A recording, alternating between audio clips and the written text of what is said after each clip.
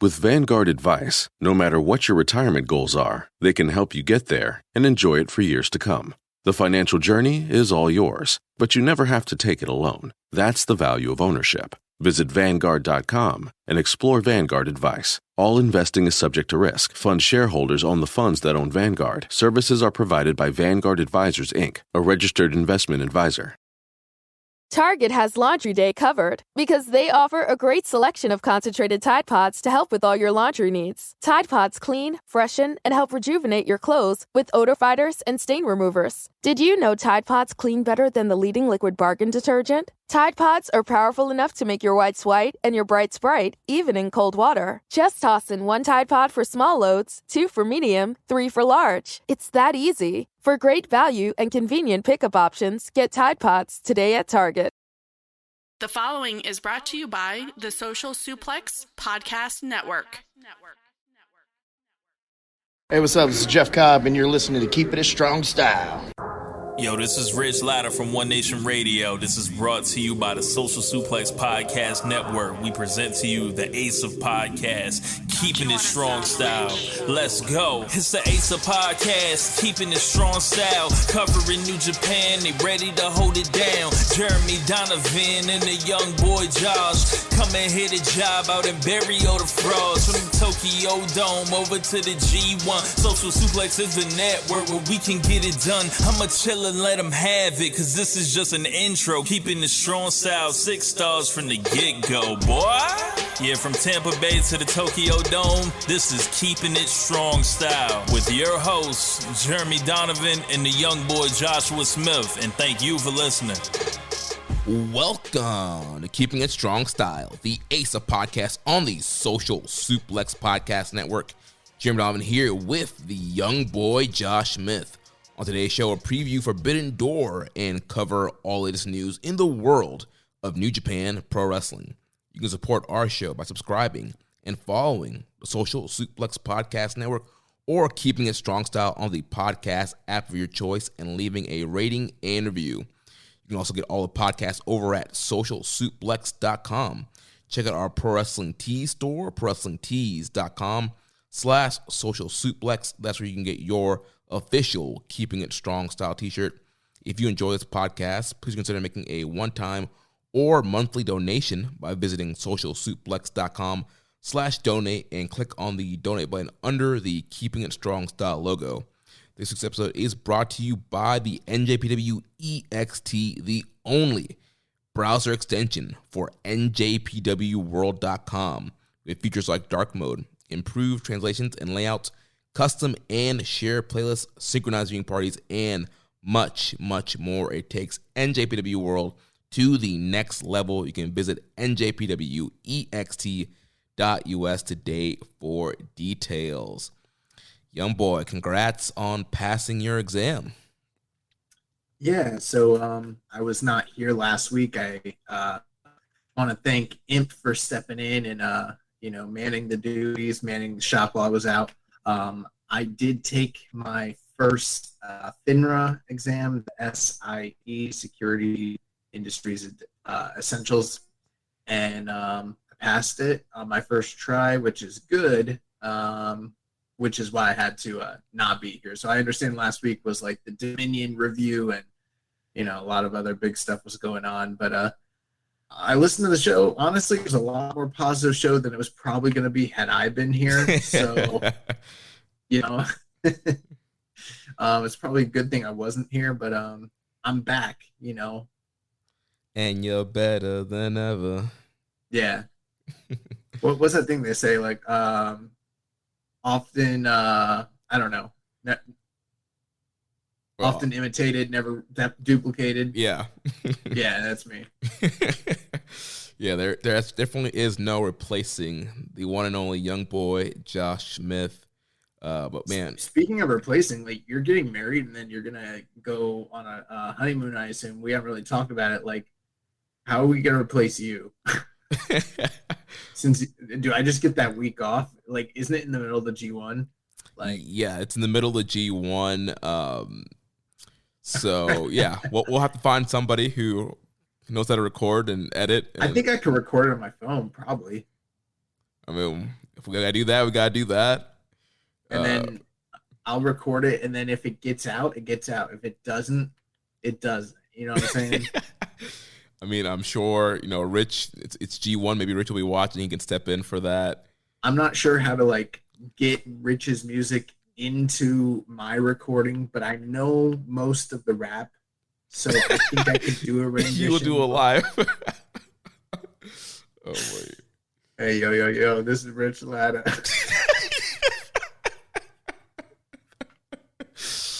Oh, my gosh. That would be You are hilarious. listening to the Asa podcast, Keeping It Strong Style. Let's go. Oh, my Yeah, God. so I could probably do something like that. You know what I'm saying? I think we need that. I think the people want that. Listen. Oh, man. Well, young boy, we have a lot of stuff to talk about as we are in Forbidden Door week. A lot of stuff happening in AEW and New Japan. Also, like you mentioned, G1 Climax 32, only a few short weeks away. So let's start off with last week's AEW Wednesday Night Dynamite. We had some New Japan appearances there. Why would we start off with Dynamite? They're like secondary, in my opinion. We should end the show with Dynamite. I'm just going in chronological order here. I feel like Forbidden, we don't even need to preview Forbidden Door. That should be like during the news, like this week there will be a Forbidden Door, and then just keep moving on. There'll be this little pay-per-view this weekend. Yeah, and that's it. I think Fight TV is covering it. So, no, what happened on Dynamite? So we had the IWGP US champion, the Commonwealth Kingpin Will Ospreay, defeating one half of the Ring of Honor Tag Team Champions Dax Hardwood, 13 minutes and 43 seconds. Uncle Dave giving it 4.75 stars. Young boy, what did you think about this matchup here? I think Dave Meltzer is smoking rocks. That's what I think. No, I didn't see Dynamite live this week, but I did catch up on it. I don't know, Saturday, just when I had some downtime, just threw it on. And I heard a lot of good reviews about this match in particular. So I went into it with some pretty high expectations, and I felt like it really did deliver for a TV match with no build, nothing behind. Well, I guess a slight build with the stuff with United Empire has been happening on their weekly show and on Rampage, but virtually no build. These guys went out there and they really had an incredible, sub 15-minute television match. I went, 4 stars on it. I thought it was really, really, really good. That being said, I mean, bro, I don't know, like 4 3/4. Isn't that the same rating he gave, like, I don't know, Shawn Michaels and The Undertaker at WrestleMania 25? You know what I'm saying? Yeah. Like, this match was not in the same caliber as one of the greatest WWE matches of all time. You know what I'm saying? Like, right. That's an absurd rating. I can find G1 matches that he's given 4.5 that mop the fuck out of this match. So and this is no slight to the match. I have nothing to complain about the match. I mean, it was a great match, but it was, let's put it in perspective. It's no build, 13 minutes. It's on free TV. There was a commercial break. How is it 4 3/4? Yeah, It's absurd. And Will didn't even unleash half of what he could do. No.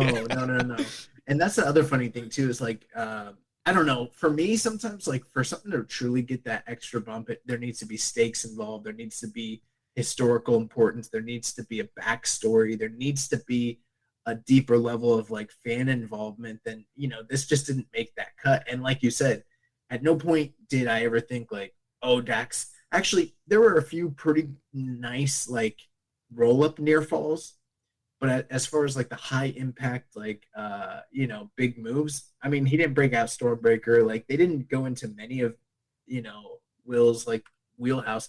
I think the issue is Will hit an Oz cutter, and a lot of people haven't been watching Will Ospreay for years, and they still think that's his finisher, and they're like, oh my god, kicked out of the Oz cutter. It's dude, everybody kicks out of the Oz cutter. Right. Somebody in our group chat was like, oh, what's Dax doing kicking out of the Oz cutter? I'm like, well, The Stormbreaker's his finisher. When was that match that he had with Riddle in OTT where that's where he first brought out the Stormbreaker? Was that 2018? Yeah, it had to be 2018, yeah. So 19, 20, 21. We're talking 4 years. 4 years where the Ozcutter has not been finishing people. This is not new. Right. It's not even his secondary finisher. The Hidden Blade is a secondary finisher, which he used to beat Dax here. Yeah, and I mean, if all else fails, he goes for a super Ozcutter. Right. Like, this would be like, oh my God, he kicked out of the Robinson special. So yeah, but that being, putting all the hate aside, the match was awesome. It really was really, really, really awesome. And we've gotten to the point where I know who Dax Hardwood is now.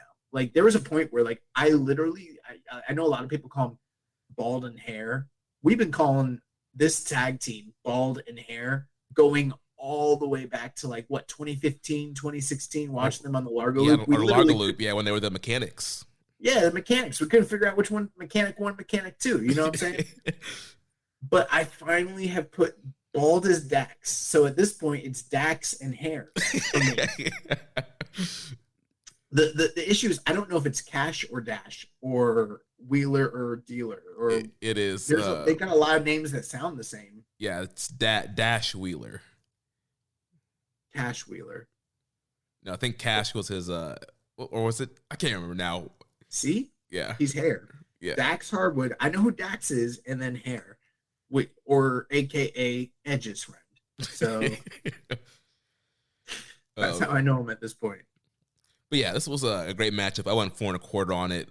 Great little TV match. Ospreay, again, only showing a quarter of what he can do and still having this excellent TV match here. People losing their minds for it. But it's a good showing here for Ospreay and Dax, getting Ospreay exposed to the U.S. audience and building up for Forbidden Door, which after the match, we had a face-off here. We had Roppongi Vice came out, and then Orange Cassidy made his AEW return after being out on the shelf, and Ospreay and Orange Cassidy had a face-off, which we now know it will be Will Ospreay defending the IWGP US Championship against freshly squeezed Orange Cassidy.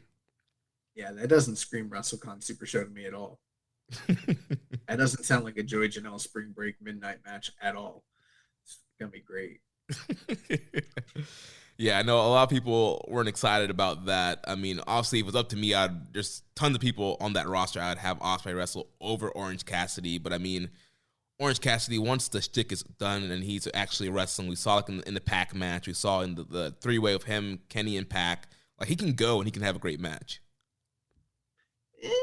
Yes, of course, that's true. I mean, maybe we should just get into it when we get to the review. But, I mean, like, I've thought of that, and it's true. And, I mean, that doesn't take anything away from the match. But there's still a lot left to be desired with this matchup. I mean, we're talking about Will Ospreay, former IWGP World Heavyweight Champion, like one of the big four, big five guys in the company.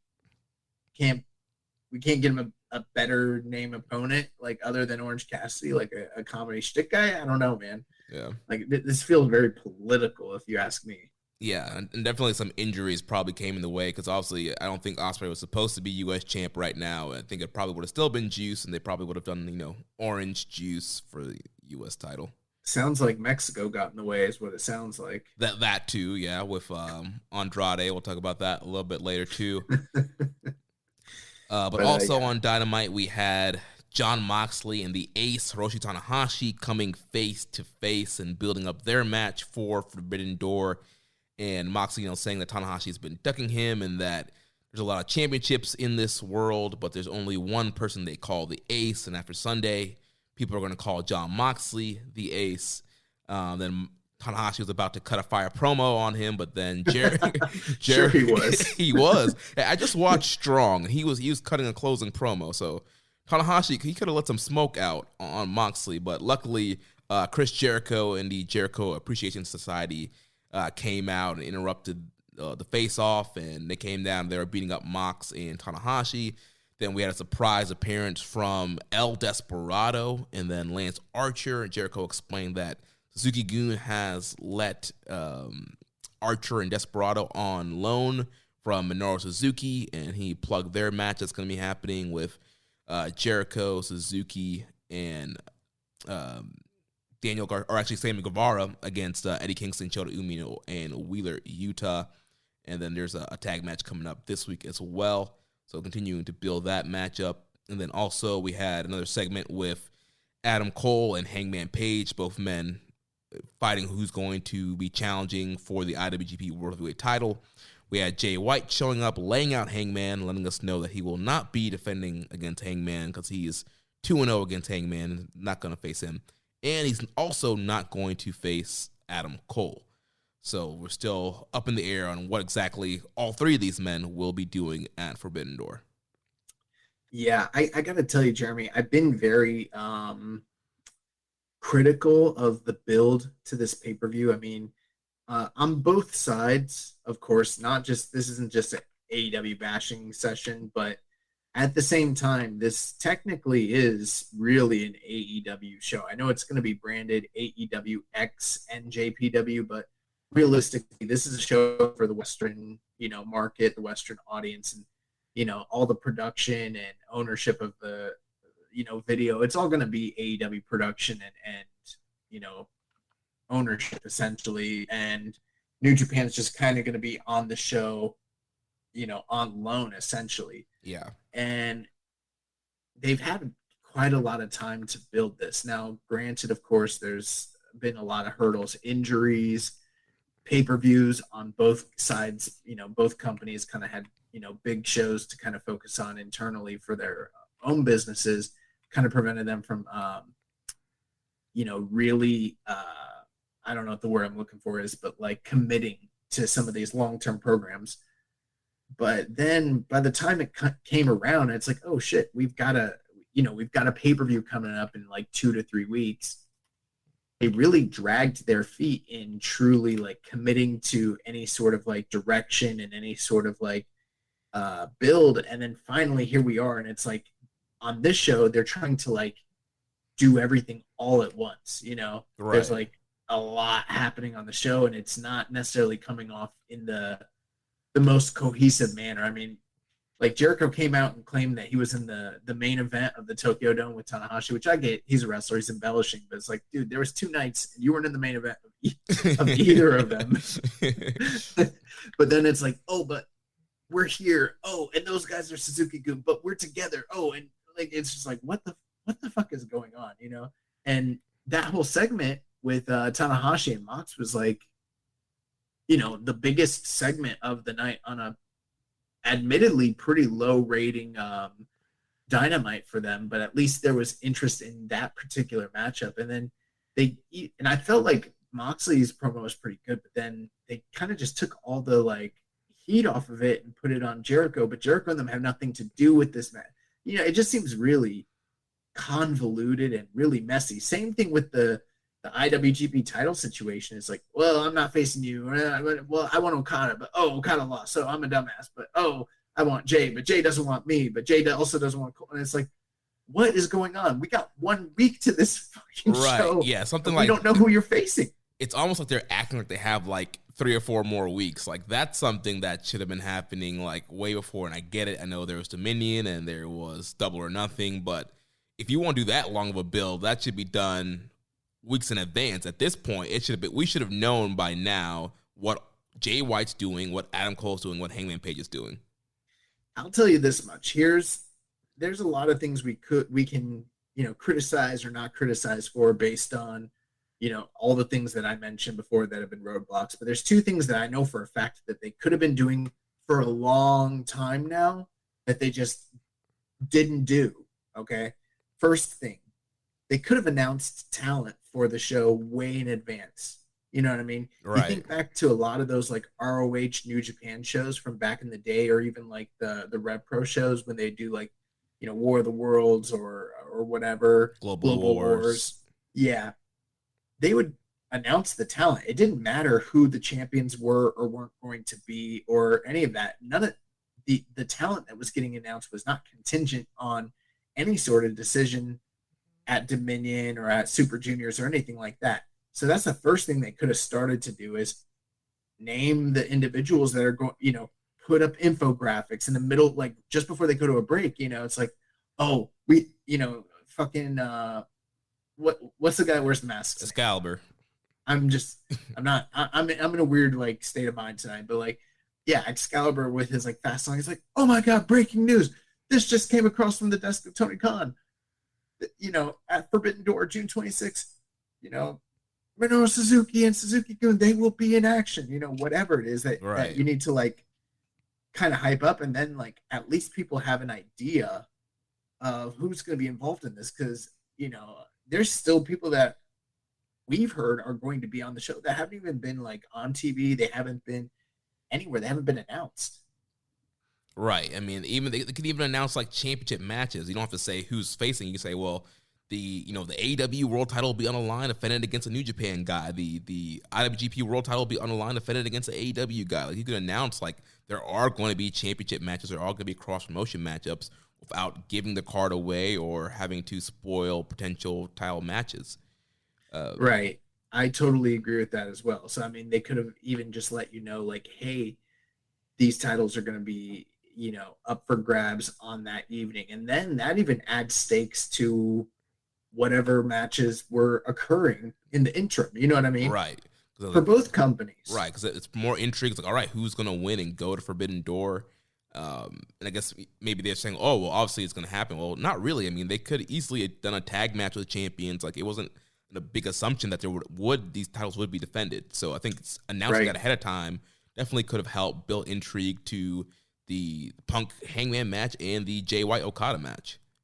Yeah, and then the last thing I'll also say they could have been doing. I mean, I definitely think that wrestlers. This is not the point I was going to make, but here's another thing: the wrestlers could have easily been dropping the names of people that they might potentially want to face, or just offhanded references during their promos, so that you're like, oh my god,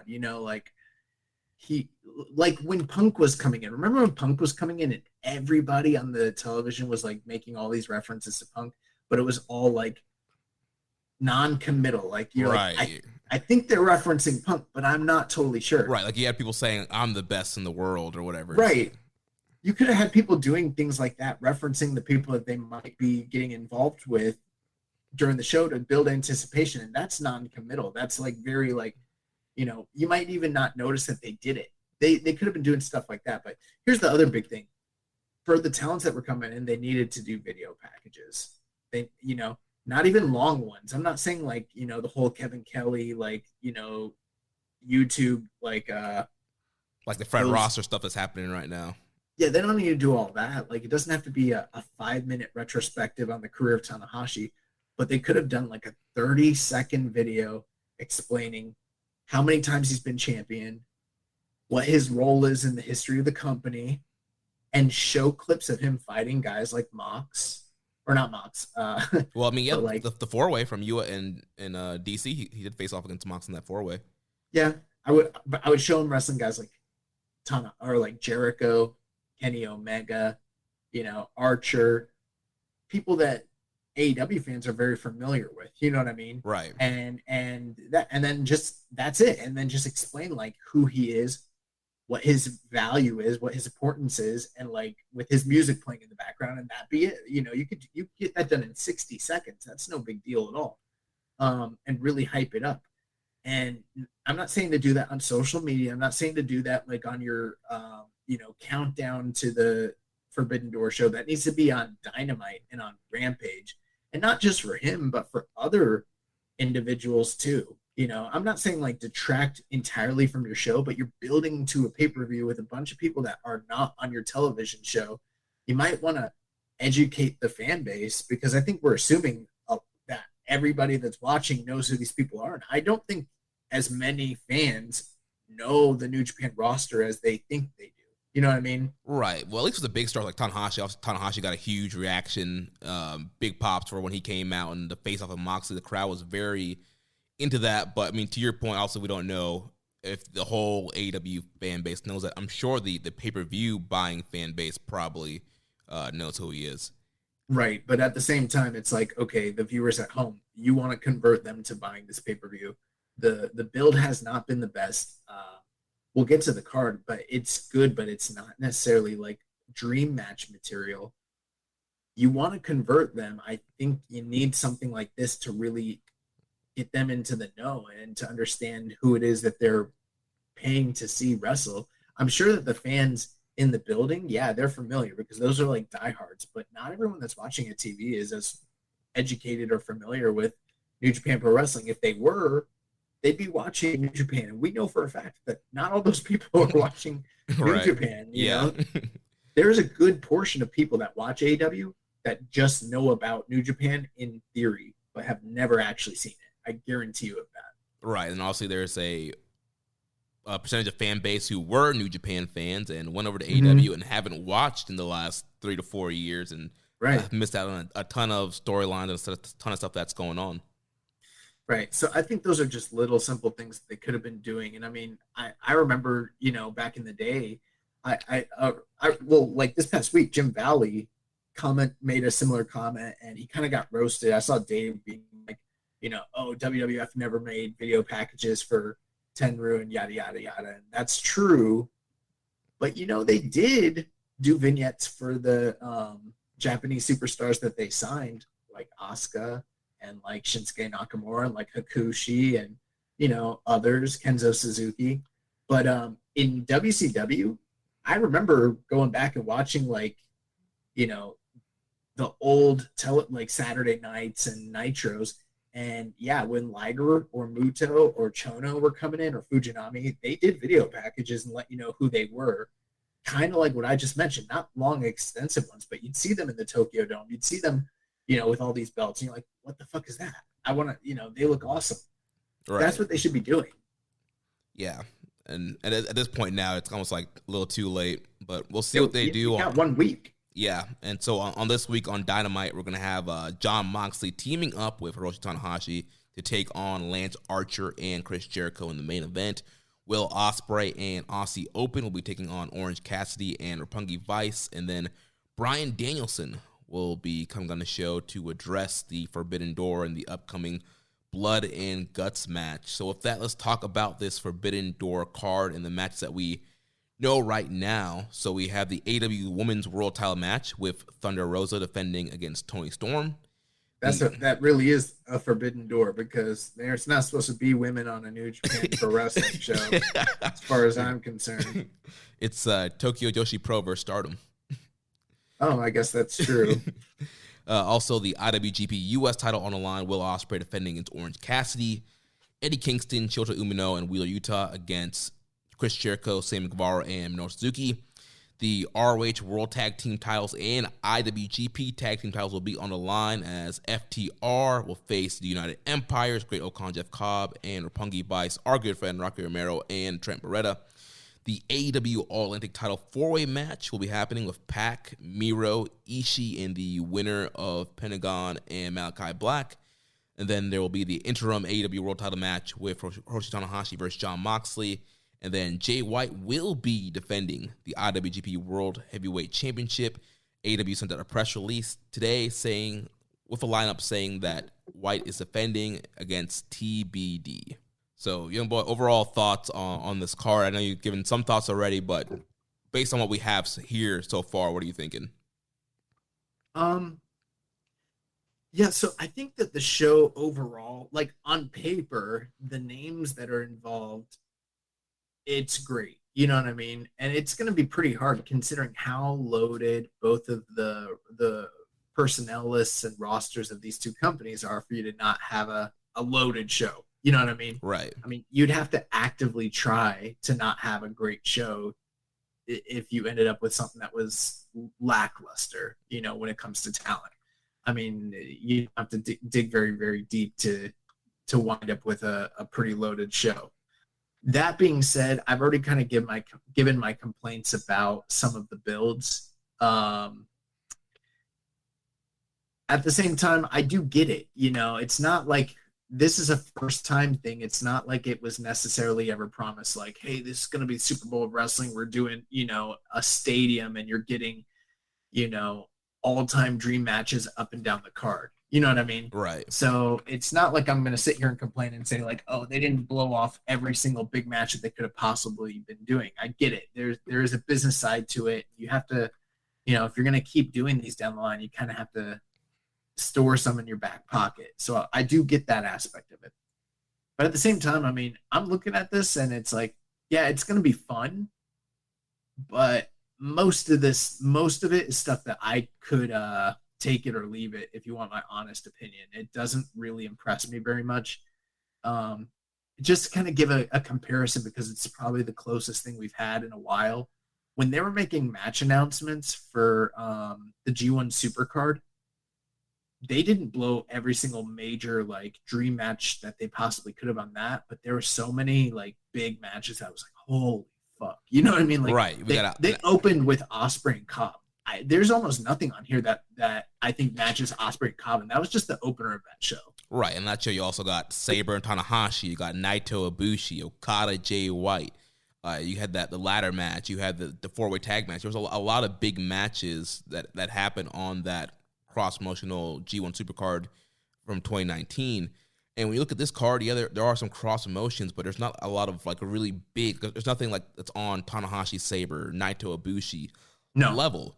And obviously, this is coming out, dropping Wednesday morning. By the time some of you listening to this, you may have already watched Dynamite, depending, and there's probably going to be some other big matches announced. But just looking at what we have right here, nothing is quite on that level except maybe Tanahashi and Moxley, which personally, I'm more excited for Tanahashi Moxley than I was for Tanahashi versus CM Punk, especially since we've been following the build of, the kind of accidental build of Tanahashi and Moxley. This is a match that's been trying to be booked for almost 2 years now, and through different, pandemics and injuries and all kinds of mishaps, the match just didn't happen. We got close to it with the four-way at Capital Collision in DC last month, but now we're finally getting the one-on-one match that's been built up for so long now. So I'm pretty pumped up for that match. I am excited for it. I did think that some of the build was a little convoluted. I know you guys discussed this the other week, but I don't know that I see it fully necessary for them to have done like, the whole battle royal, and then the guy that won the battle royal had to fight Mox, and then Mox beat him. You know what I mean? Like, and then getting Goto involved, all that seemed kind of superfluous to me. Yeah, very convoluted. But regardless, it's still a great match, and it's a match that we've been, getting teased for a long time that it was going to happen. I did really, again, I thought that the promo that Moxley cut on Tanahashi was great. I also thought that the job the commentary team were trying to do to really put over Tanahashi in the past couple weeks, they've done a great job too. But, again, this is where I think a video package would have really, really, really helped. But at the same time, the bigger match is Tanahashi and Punk. Right, now, yeah.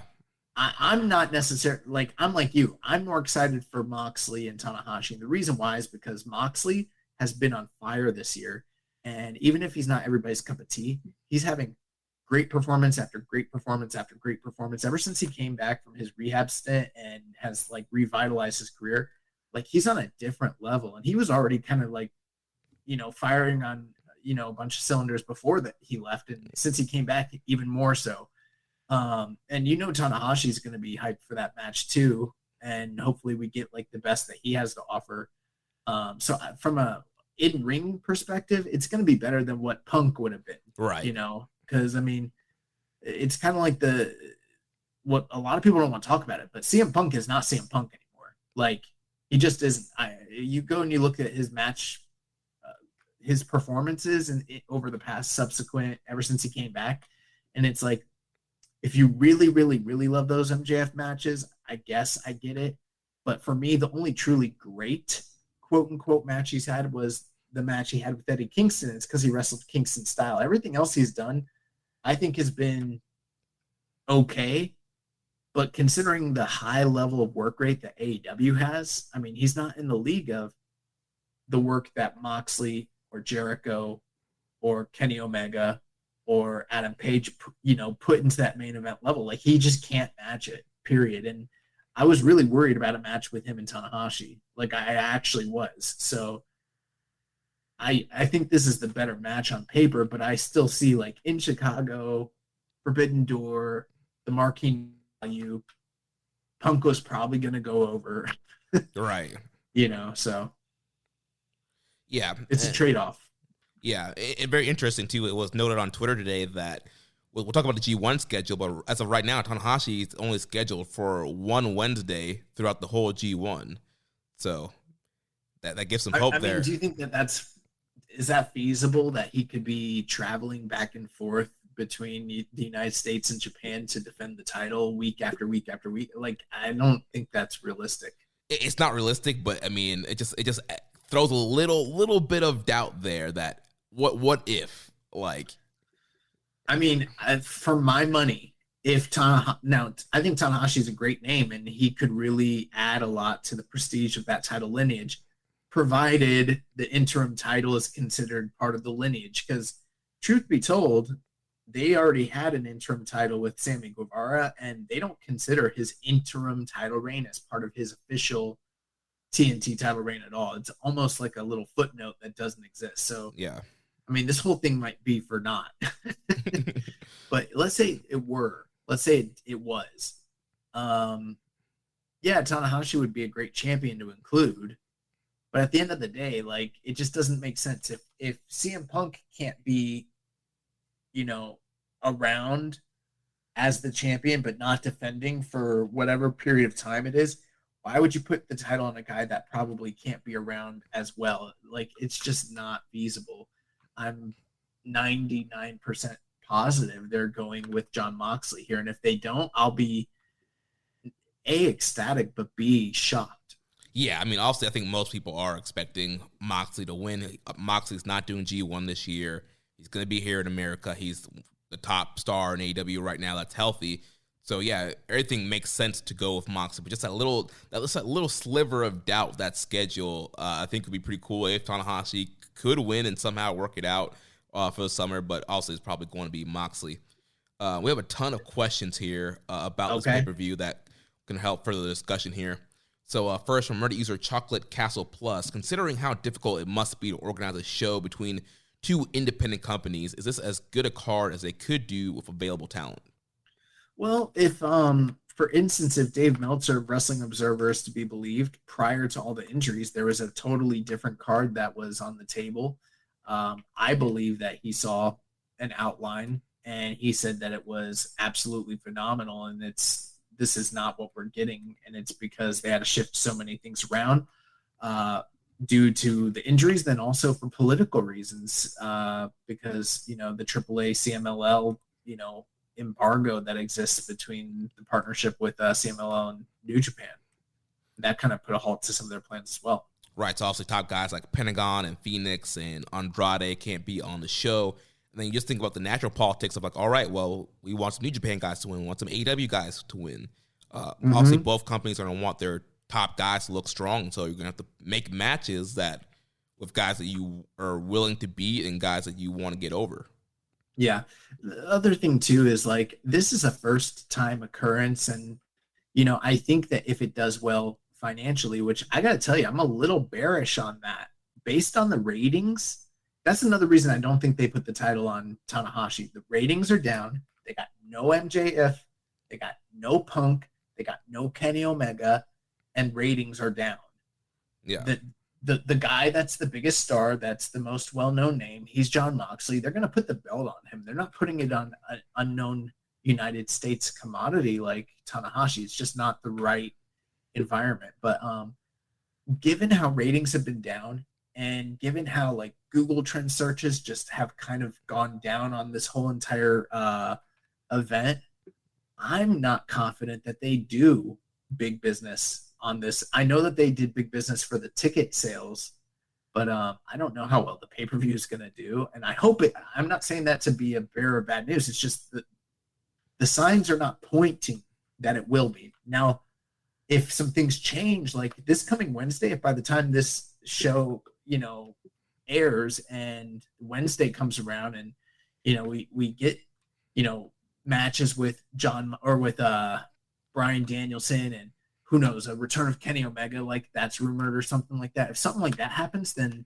yeah, maybe the business really does go up. But the point I was trying to make is, if this does well, from a business standpoint, then that would incentivize them to give us an even better card down the road, whether that be in Japan at the Tokyo Dome possibly, or here again on an annual basis, something like that. So I think that they can definitely give us a better card. There's so much talent that's been left off of the show on both sides. So there's a lot more that they can do. This is not the best, card that they could give us. Right. I think it definitely could be better, but I do think it's going to do a good pay-per-view number. Also, I don't think it's going to crack like record-breaking numbers. I don't think it'll beat Double or Nothing, but I think it'll probably be in that 99,000 to 100,000 range. AEW has that kind of core rabid pay-per-view buyer that just seems to at least even out at 100,000 no matter what the pay-per-view seems to be. And you look at some of those earlier shows where the cards weren't quite as strong, but they did have some good, strong main events. Were able to pull in a great pay-per-view number. Yeah, that's the over-under on this is going to be 100,000 or 100,000 buys. I think that if they do sub 90, then that's got to kind of be seen as not the best. Because yeah. I don't think that have they done any pay-per-views under 100,000. I don't think so. I'd have to double check, but if they did, it was very close. Right. So I mean, yeah, and plus this isn't part of their regular rotation. I mean, it still remains to be seen what happens with this, but yeah, I think down the line they could definitely give us a better show if they want to. Yeah. Dark Soldier says, Yo is such a hoe, and that's probably why he won't be at Forbidden Door. What a hoe, am I right? That was something I was kind of thinking about, was like, long term, what, like, I don't know. I just was wondering if there was any plans for like Yo and Show and those types of guys being on this or not, Right. I'm wondering if they're going to do some kind of rumble, like we saw, like the ROH New Japan show at Madison Square Garden, to get some more guys on the show. I mean, again, we've been told that there are other names that are coming in on the show today, on Wednesday, that haven't been seen yet, and there's guys who haven't been announced yet. So I'm wondering if there's going to be a battle royal, what other matches are going to get made.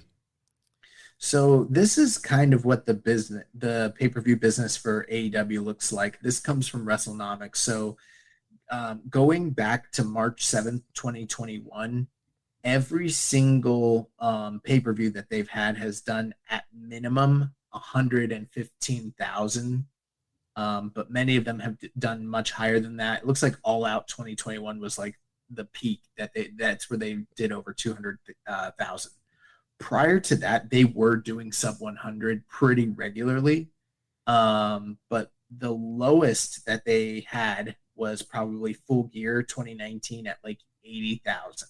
So, just before 2021, they were kind of like vacillating between like 80,000 to like just around 105. But as of 2021, they don't do under 100. So, and then, All In, which is pre-AEW, that did like 45,000, which was pretty good. Pretty good, all things considering what that show was. So I think that if they were to do, like, let's say if they do under 80, that means that they have done the lowest AEW pay-per-view number of all time. And that would be, going back to 2019, that would probably be seen as a major negative. If they're over 100, that's going to be on the low end of what they're doing right now. To be like pretty, like 120 would be very successful, most likely. Yeah, I think they would be fine with 100. And I think, again, like you were saying, like if they get 100, I think that leads them for, all right, next year we need to have a better card and a better build to get higher. For sure. Twitter follower at Azerio says, does Kenny Omega make a surprise return to face Jay White for the strap? If so, could we see a switch of titles crossing companies with Kenny and Tanahashi both winning, even for a short title run?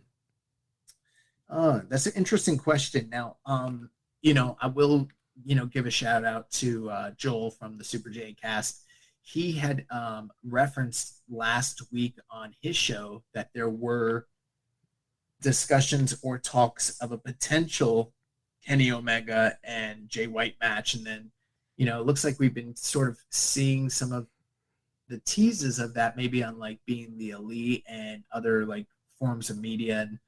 And it's not one of those things that's like quite completely out there in the zeitgeist. I don't see a lot of people talking about this, but there are like the whispers of rumors of this potential. And I don't know. My understanding had been prior to all of this discussion that Kenny was not ready to return from his rehab and was still, kind of getting back into ring shape. But if he is ready to go, that's the biggest thing that they could do to really push this pay-per-view over the limit at this point. Yeah, definitely. Yeah, this week on BTE, Hangman Page was backstage looking for brooms. So obviously reference there to the cleaner. So yeah, potentially we could be having Kenny Omega on Dynamite this Wednesday, making a surprise appearance. Like I said earlier, the AEW press release says that Jay White's opponent is TBD. He is going to be defending the title. So it seems like, I don't know if it'll be a one-on-one matchup, but it seems like there's potential for Kenny Omega to be involved in that matchup. I think it would be weird for Kenny to win the IWGP World Heavyweight title right now, especially going into the G1, and obviously how important the champion usually is in the G1 and setting things up like that. And so I'm not quite sure. That doesn't feel like it would make business sense either. For the same reasons we talked about why I think Moxley needs to win. I mean, they're going to have Jay White just be the transition guy to Kenny Omega, so he beats Okada completely clean, goes to America, and then just the very next match within days drops it to Kenny Omega, who's not in the G1. And who's not going to be in Japan, who knows when. Who knows if he's even allowed? Last time I heard that Japan brokered a deal with the Japanese government to keep Kenny Omega from ever coming back into, Yakuza. Yeah. So I think that's highly unlikely. And you know what?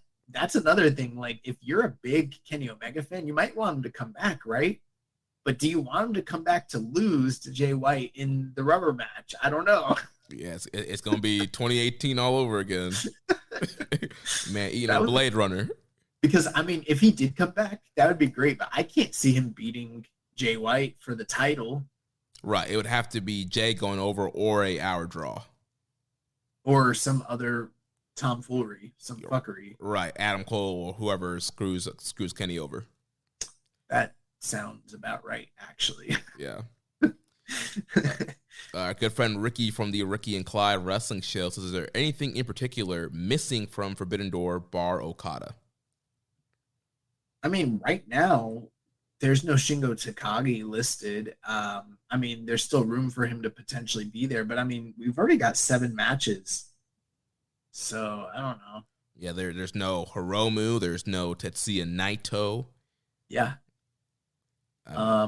I mean, on the AEW side, obviously everything's very much in flux with him, but MJF is not here. That's a big star for them. No Darby.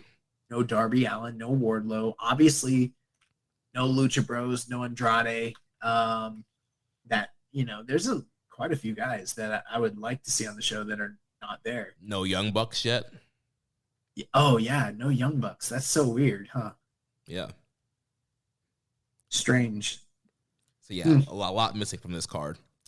Rambone Slam Pig says, based on the ending of Being the Elite, it seems like there's some kind of story going on about Kenny Omega returning to reconcile with Hangman. It seems like an outside shot. What do you think about a Kenny Hangman tag match at Forbidden Door? Would it be a letdown? I mean, I don't know. We're gonna get a reunion of those guys after, I don't know. That just seems like too hot-shotty to me to do something like that. I think at this point, a lot of folk are wanting this to just be a bigger and better event than it actually maybe will end up being. And so we're all trying to rationalize and, fantasy book scenarios with a 1 week build Right. that just probably aren't going to pan out. Yeah, when I saw the Kenny tease, I was thinking maybe they do a tag match where we had Kenny and Hangman against Jay and Adam Cole, especially since Cole and Jay seem to be having issues now. And then this big story of like, well, can Kenny and Hangman really work together and trust each other? And we know the history of Kenny and Adam Cole. And before he left, he told the Bucks, you hold it down. Adam Cole kind of took over the Elite. It's the undisputed Elite now, and he's been the face of the Elite. So we know Kenny's probably not a big fan of that. So there is some story that can make that work. But with Jay being announced as defending the title, also that tag match can't happen. So I don't know if you do a tag match of Kenny and Hangman versus Cole and somebody else, who does Jay White face? Is the only question there. Could there be a scenario where, I know that Jay has been like, I'm not fighting either of you, but how many times has he said I'm not fighting someone and then he ends up fighting them for the title? Yeah. Like, it's happened a lot.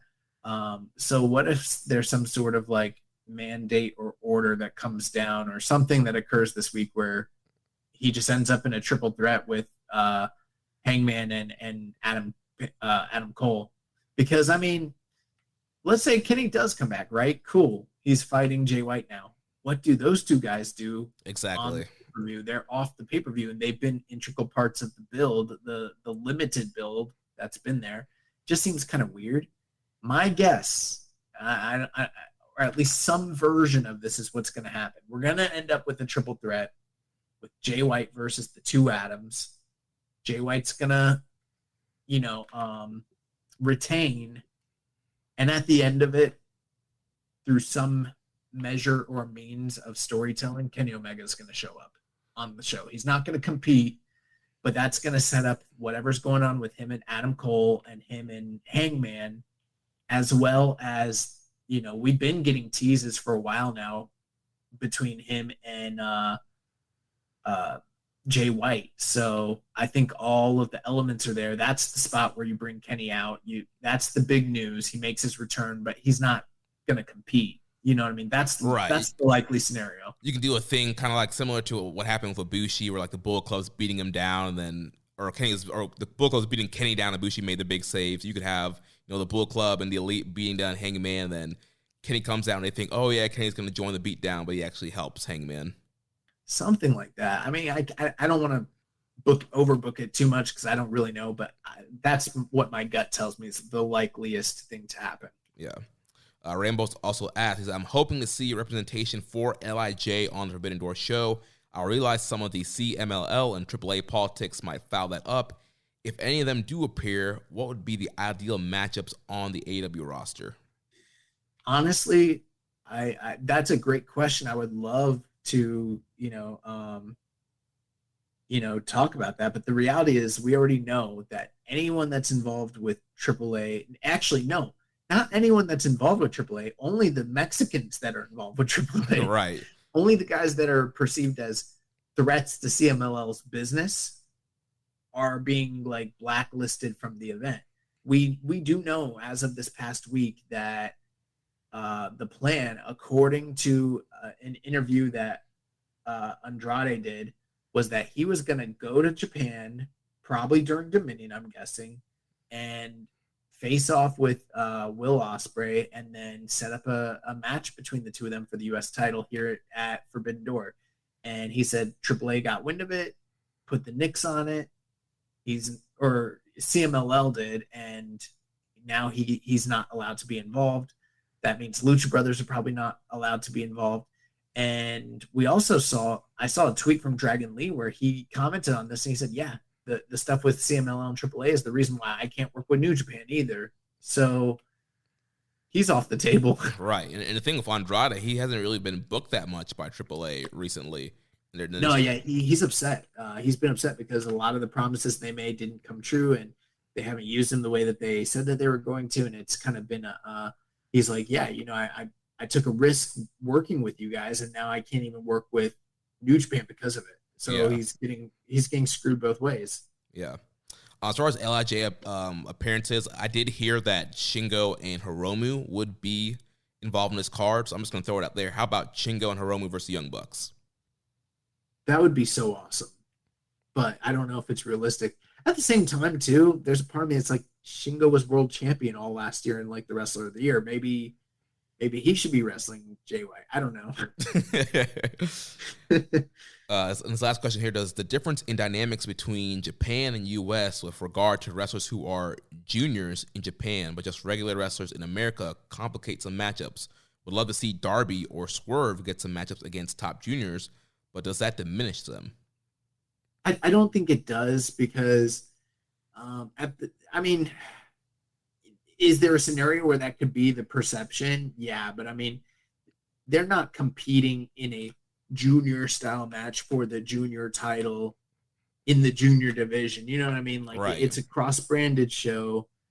I don't think anybody would get it twisted if something like that did happen. But yeah, again, right as of yet, no Swerve, no Darby. It's kind of weird. Yeah.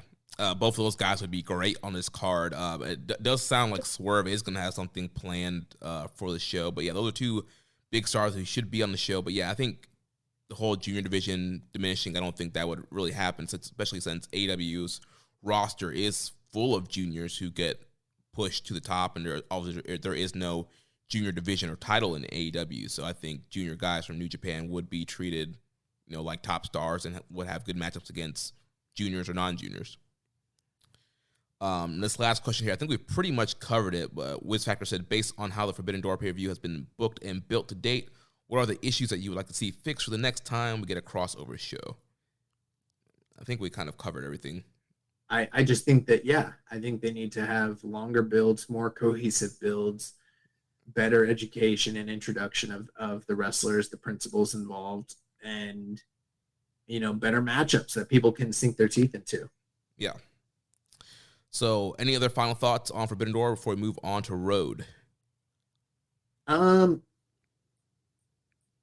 didn't really say who we think are winning any of these matches or anything like that. Yeah, I guess we're going to do quick predictions here. So, Tanahashi and Moxley going Mox.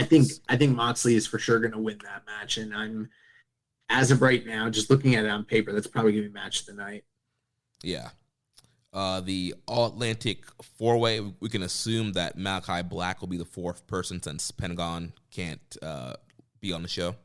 Yeah, and for a title that I think is kind of pointless as of yet, and also inaccurate because I don't know what New Japan has anything to do with the Atlantic Ocean. It's all one ocean, man. I guess. It all connects to the Atlantic. Does it? Okay, cool. That's what Chris Charlton said. Yeah, Chris Charlton said that, and I was like, "Are you sure? Are you sure, Chris?" But those four guys involved in a match, that's like really fun. That sounds like a really cool,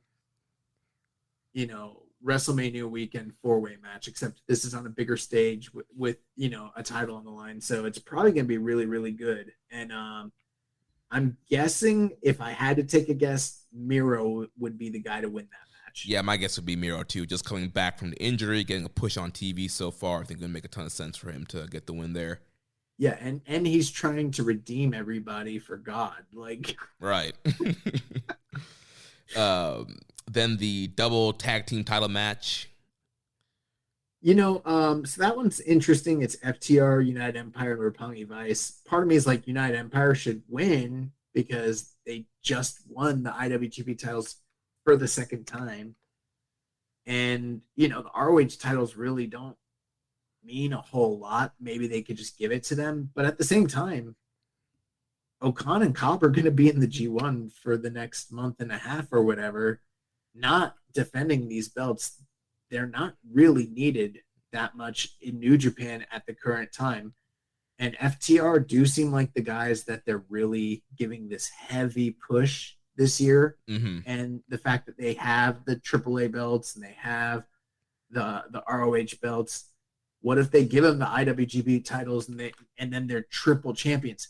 But that one's going to be weird because they're not technically allowed to be AAA and IWGP belt holders at the same time. They're not. I don't think they're going to be allowed to show both those belts on screen together. Yeah. So that whole thing's weird. But I don't know. What are you thinking? Yeah, I'm pretty sure Roppongi Vice is not winning. You don't think our good friend Rocky is gonna pull it out? No. No, but in all seriousness, I agree with you. I do think FTR is going to win this matchup. They did tease like way earlier on before this pay-per-view announced about wanting to be like Triple Crown champions and holding all the tag team titles. So it seems right now they're laying the seeds for another FTR Young Bucks matchup.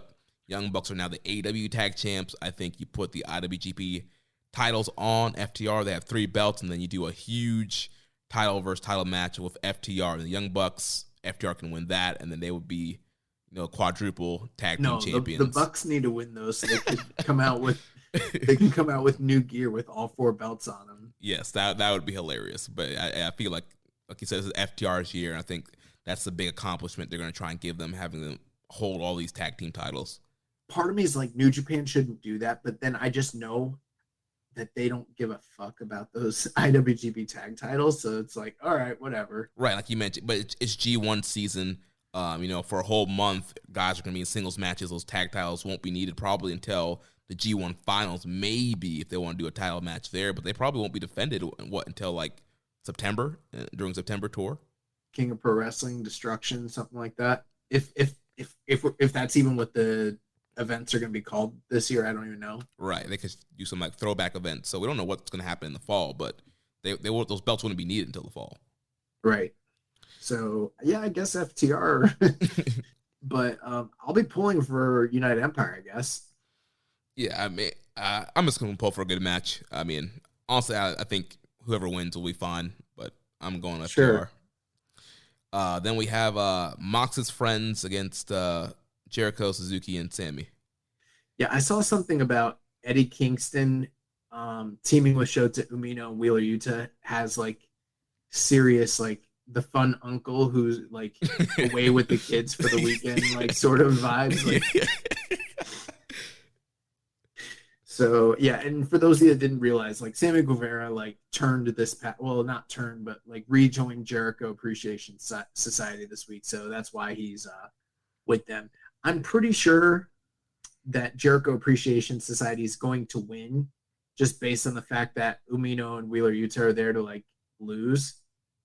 Probably Shota Umino will lose, but at the end of it, there will be some sort of miscommunication between Jericho and Suzuki, which will result like in Suzuki like beating the shit out of Jericho, and we'll probably get some big match between them down the line. Yeah, I agree with your post-match angle, but I think that Mox's friends are going to get the win here, and I think there'll be some miscommunication that leads to them losing.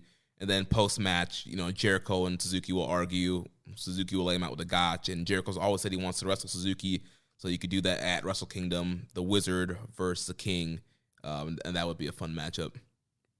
Well, if I was booking, I'd have Sammy Guevara beat Umino. I mean, that could happen too. Yeah, we'll see. But I mean, Wheeler Yuta is the top star in promotion. Yeah, I know. So he's not gonna eat the pinfall. Eddie Kingston would eat the pinfall before Wheeler Yuta does. Yeah, Yuta could pin Jericho. Yuta could beat Suzuki. Yeah. Yuta could beat Jay White if given the opportunity. He can win this matchup that gets him into the main event and then he beats Jay White. There's some guys that like it's really difficult to beat them, like Jeet Rama in Tampa. Undertaker at WrestleMania, who was that one Indian wrestler that always did well in the Saudi shows? Not Indian, but he's Mansoor. Yeah, you can't beat Mansoor in Saudi, and it's gonna be really hard to just beat Wheeler Yuta in AEW. Period. As long as he's under TK's like cover of umbrella of protection, like you're not beating that guy. Right? He's like Gato in here. That's different. This ain't Super Juniors. I think he would fuck up Wardlow, to be honest. Then the U.S. title match, Ospreay and Cassidy. Now here's the funny thing. Ospreay is upset because he doesn't have a belt, right? Right. By the way, this company should probably start selling replicas because they could have. How did they not have another U.S. belt lying around? Like in the United States, you always have like a duplicate belt for the champion in case it gets stolen or something. But what if they didn't want it? What if they wanted to use it as part of the whole New Japan screwing Ospreay storyline? That's not what happened. But here's the funny thing. Me and Rich always Rich, the actual physical belt is synonymous with the term title because it's a title belt. And so there is no differentiation between those two things. How can you be champion if you don't have the belt? But like in all reality, what is a title? A title is a word that is pronounced over you. You know, like when they, like in the old days, like, you know, they give someone a title like the Lord of blah, blah, blah. Right. You know, there was a time in wrestling where there were not belts. The champion was the champion because they called him the champion, and he didn't have, sometimes they'd have a big cup as a trophy, but that was about it, or a ring. And then eventually they introduced title belts. The title belt is just a trophy or a trinket to signify physically that he is the champion. But even if he doesn't have the belt, he's still the champion. He doesn't need the belt to be champion because he's the title holder. He holds the title of champion. And me and him always get into it because he plays stupid about this whole thing. But this is the definition right here. Will Ospreay is the U.S. champion. Have you seen him with the red belt yet? I ain't seen him with the red belt, but guess what? Not yet. He's still champion. He did say he was going to go to Juice's house and invade his home to get the title. So we'll see if he invades that in time for Forbidden Door. Like Stone Cold and Brian Pillman? Yeah. It's going to bust in on Juice and Tony. I will say this. I think Ospreay versus Orange Cassidy is the biggest booking travesty of this entire event. Will Ospreay is a guy that probably has more potential to cross over into the Western audience, basically he's the guy that could really cross over in a major way, along with Jay White, of course. When it comes to like Western Gaijin, people that have a lot of upside, he's one of them. And maybe this match will help with that for sure. There's no denying that Orange Cassidy isn't popular. Of course he is. At the same time, Will Ospreay is like a top 4, top 5 guy in New Japan. He's definitely a top 3 worker in the world and has been for like 5 or 6 years.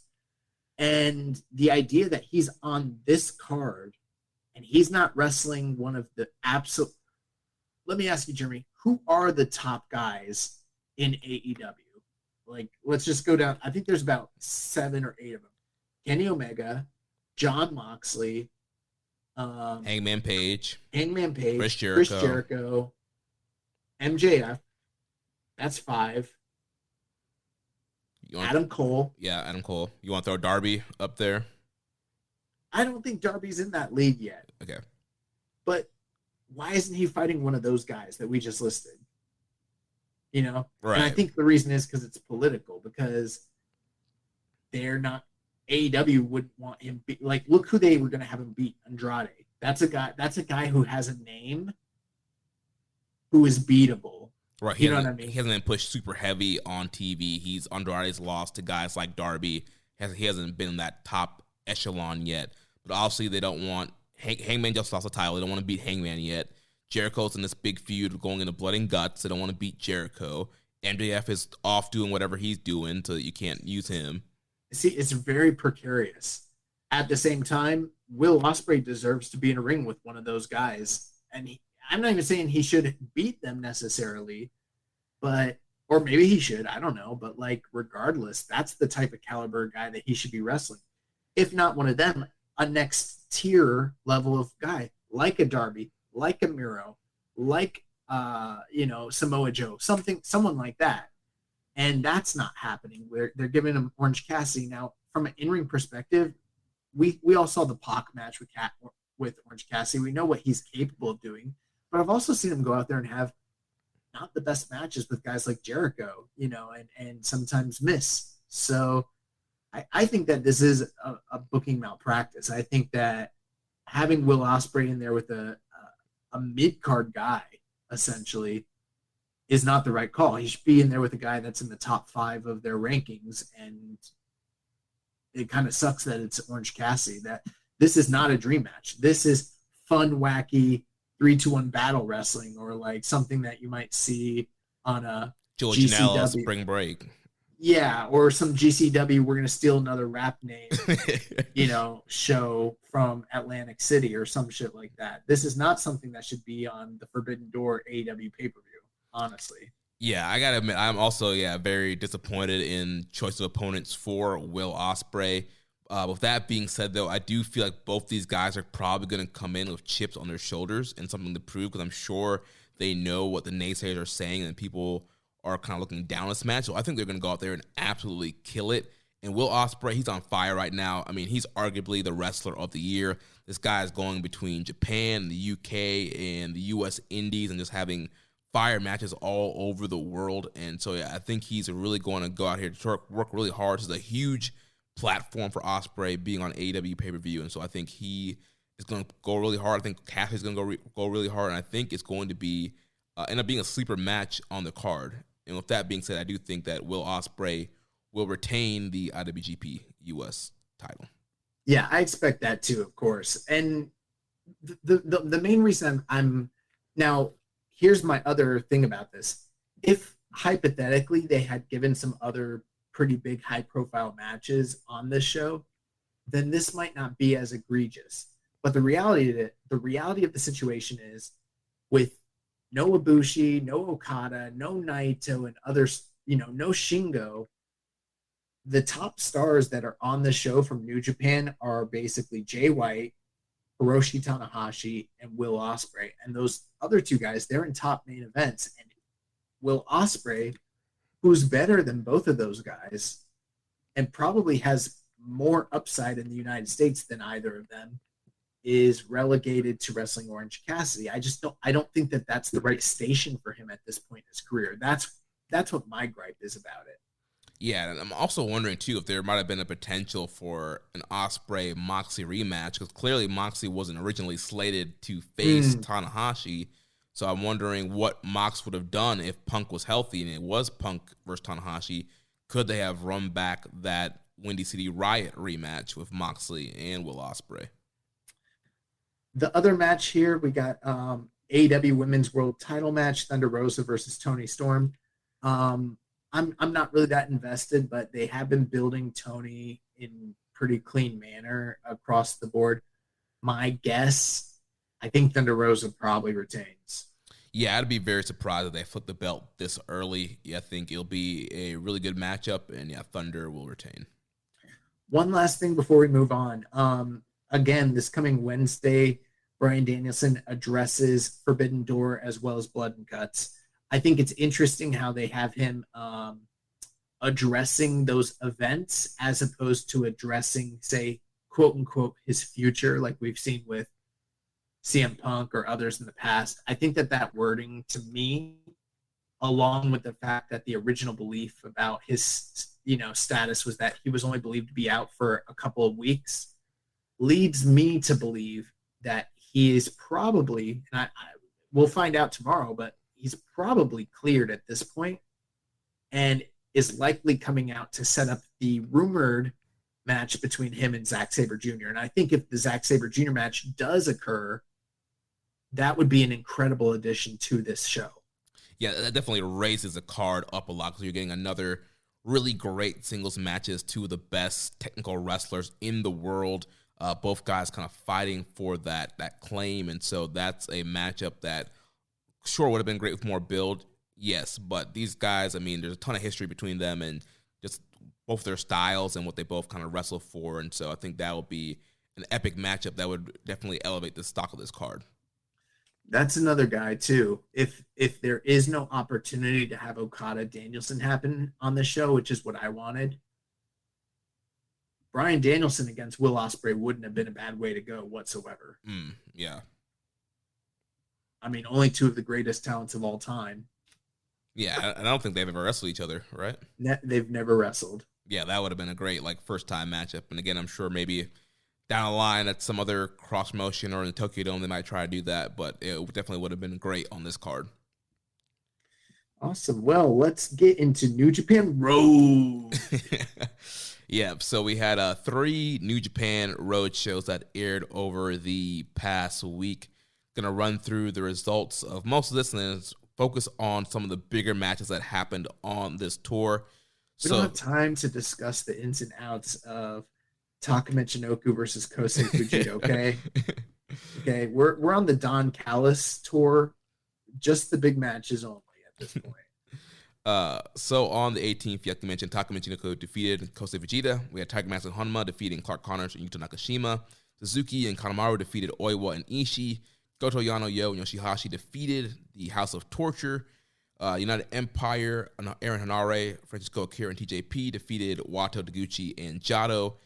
LIJ, Sanada, Shingo, and Naito defeated Tenzan, Okada, and Makabe. In the main event, Bushi and Hiromu defeated Sho and Taiji Ishimori, which then led to the June 20th New Japan Road Show, where we had Hanare defeating Fujita, Dick Togo, Evil, Sho, and Udro defeating Goto, Yano, Yo, and Yoshihashi, Sanada, Shingo, and Naito defeating Okada, Oiwa, and Nakashima, Bushi and Hiromu defeating Gato and Taiji Ishimori.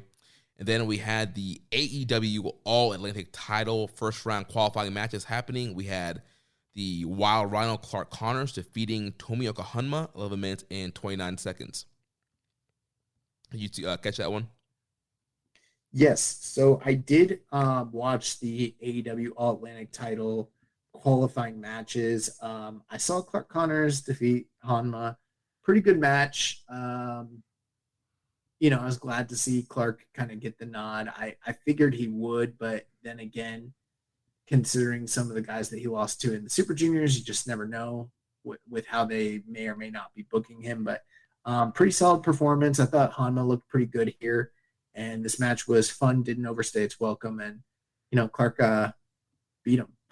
Yeah, it was a fun, good match. Yeah, Clark got the win with the trophy kill powerbomb. It was a good look for him, and beating Hanma. Also, Hanma is a quote-unquote like New Japan dad, a lower on the card, but Clark is still a junior, and coming out of the dojo and beating heavyweight is definitely a move in the right direction for him.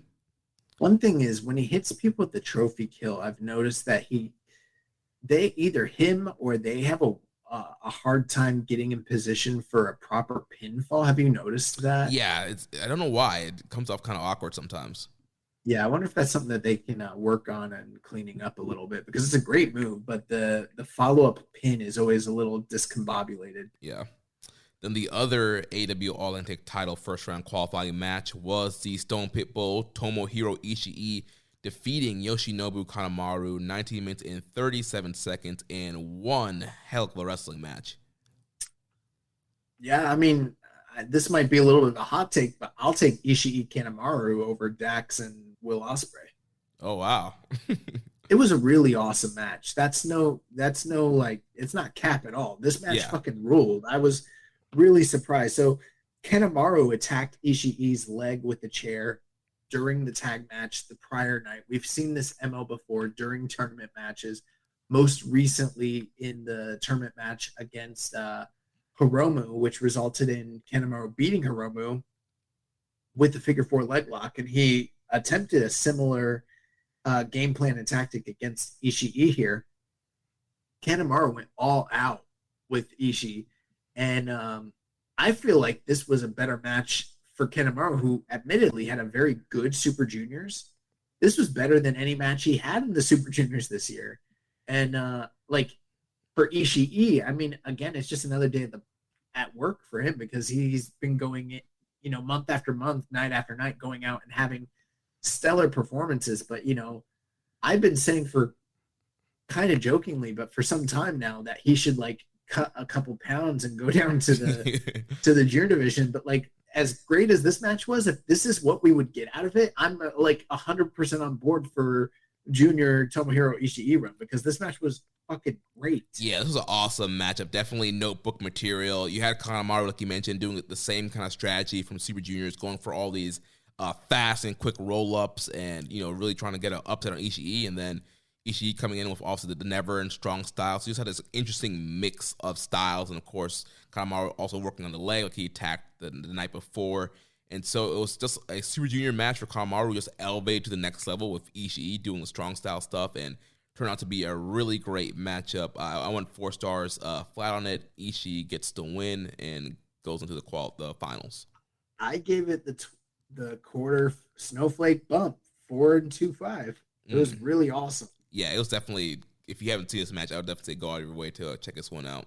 And what was great was he kept doing these like drop kicks to the knee, and they're like he hit one, and then he went like he was gonna suplex Ishii, and Ishii's like, fuck yeah, he just put him up, bam, brain and balls. I was like, oh my god, he beat him. But like it was, bro, there was a couple of times where like he had Ishii in like figure four leg locks, and I was like, are they not gonna do Ishii in this match? Right, yeah. And even some of those like quick roll-ups he would do, like they timed those so like 2.9 where it's like, oh my gosh, like they're gonna pull upset here.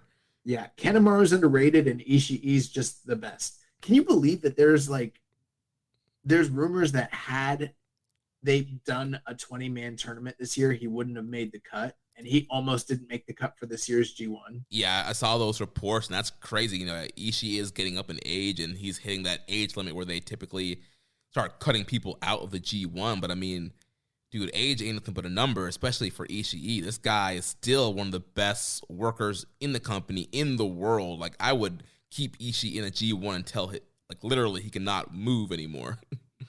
I'd be furious if they didn't have Ishii in the G1, Right. For real. Yeah, we're gonna have Yujiro Takahashi, but you know what, Ishii, you need to sit down on the sidelines. Like, what? Gotta make room for Chase Owens. Gotta make room for David Finlay. But Tomohiro Ishii, I don't know. It's not your year. Maybe next year. Then the main event of this show, we had the IWGP Junior Heavyweight Tag Team titles on the line, and we have new champs. United Empire's Francesco Akira and TJP defeated 6 or 9 Master Wato and Ryusuke Taguchi to become the new IWGP Junior Heavyweight Tag Team Champions. Why didn't they do the roll call of Junior Tag Team Champions before this match? Because they're not going to waste time and resources on that.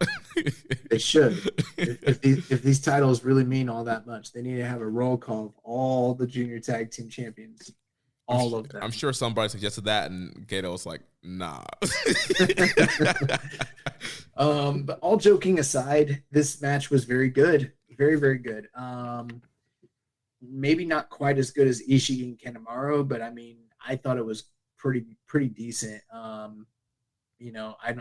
can't remember the last time I really enjoyed a junior heavyweight tag team title match this much. Seems like it's been a while. And I thought that they had a really great match. And, Francesco, Akira, and TJP were just great heels, doing an awesome job cutting off the ring and isolating these guys, making it, a very difficult and frustrating experience for 6 or 9, where they kept trying to get tags, and, not being able to get the hot tags. And when they did, cutting them off, and just, they beat these guys pretty clean, but yeah, they did it in a heelish manner. And this was like a Southern style throwback, honestly. Yeah, it was just really fun to have a new team in the mix like TJP and Francesco Akira challenging. And yeah, I thought it was a great matchup.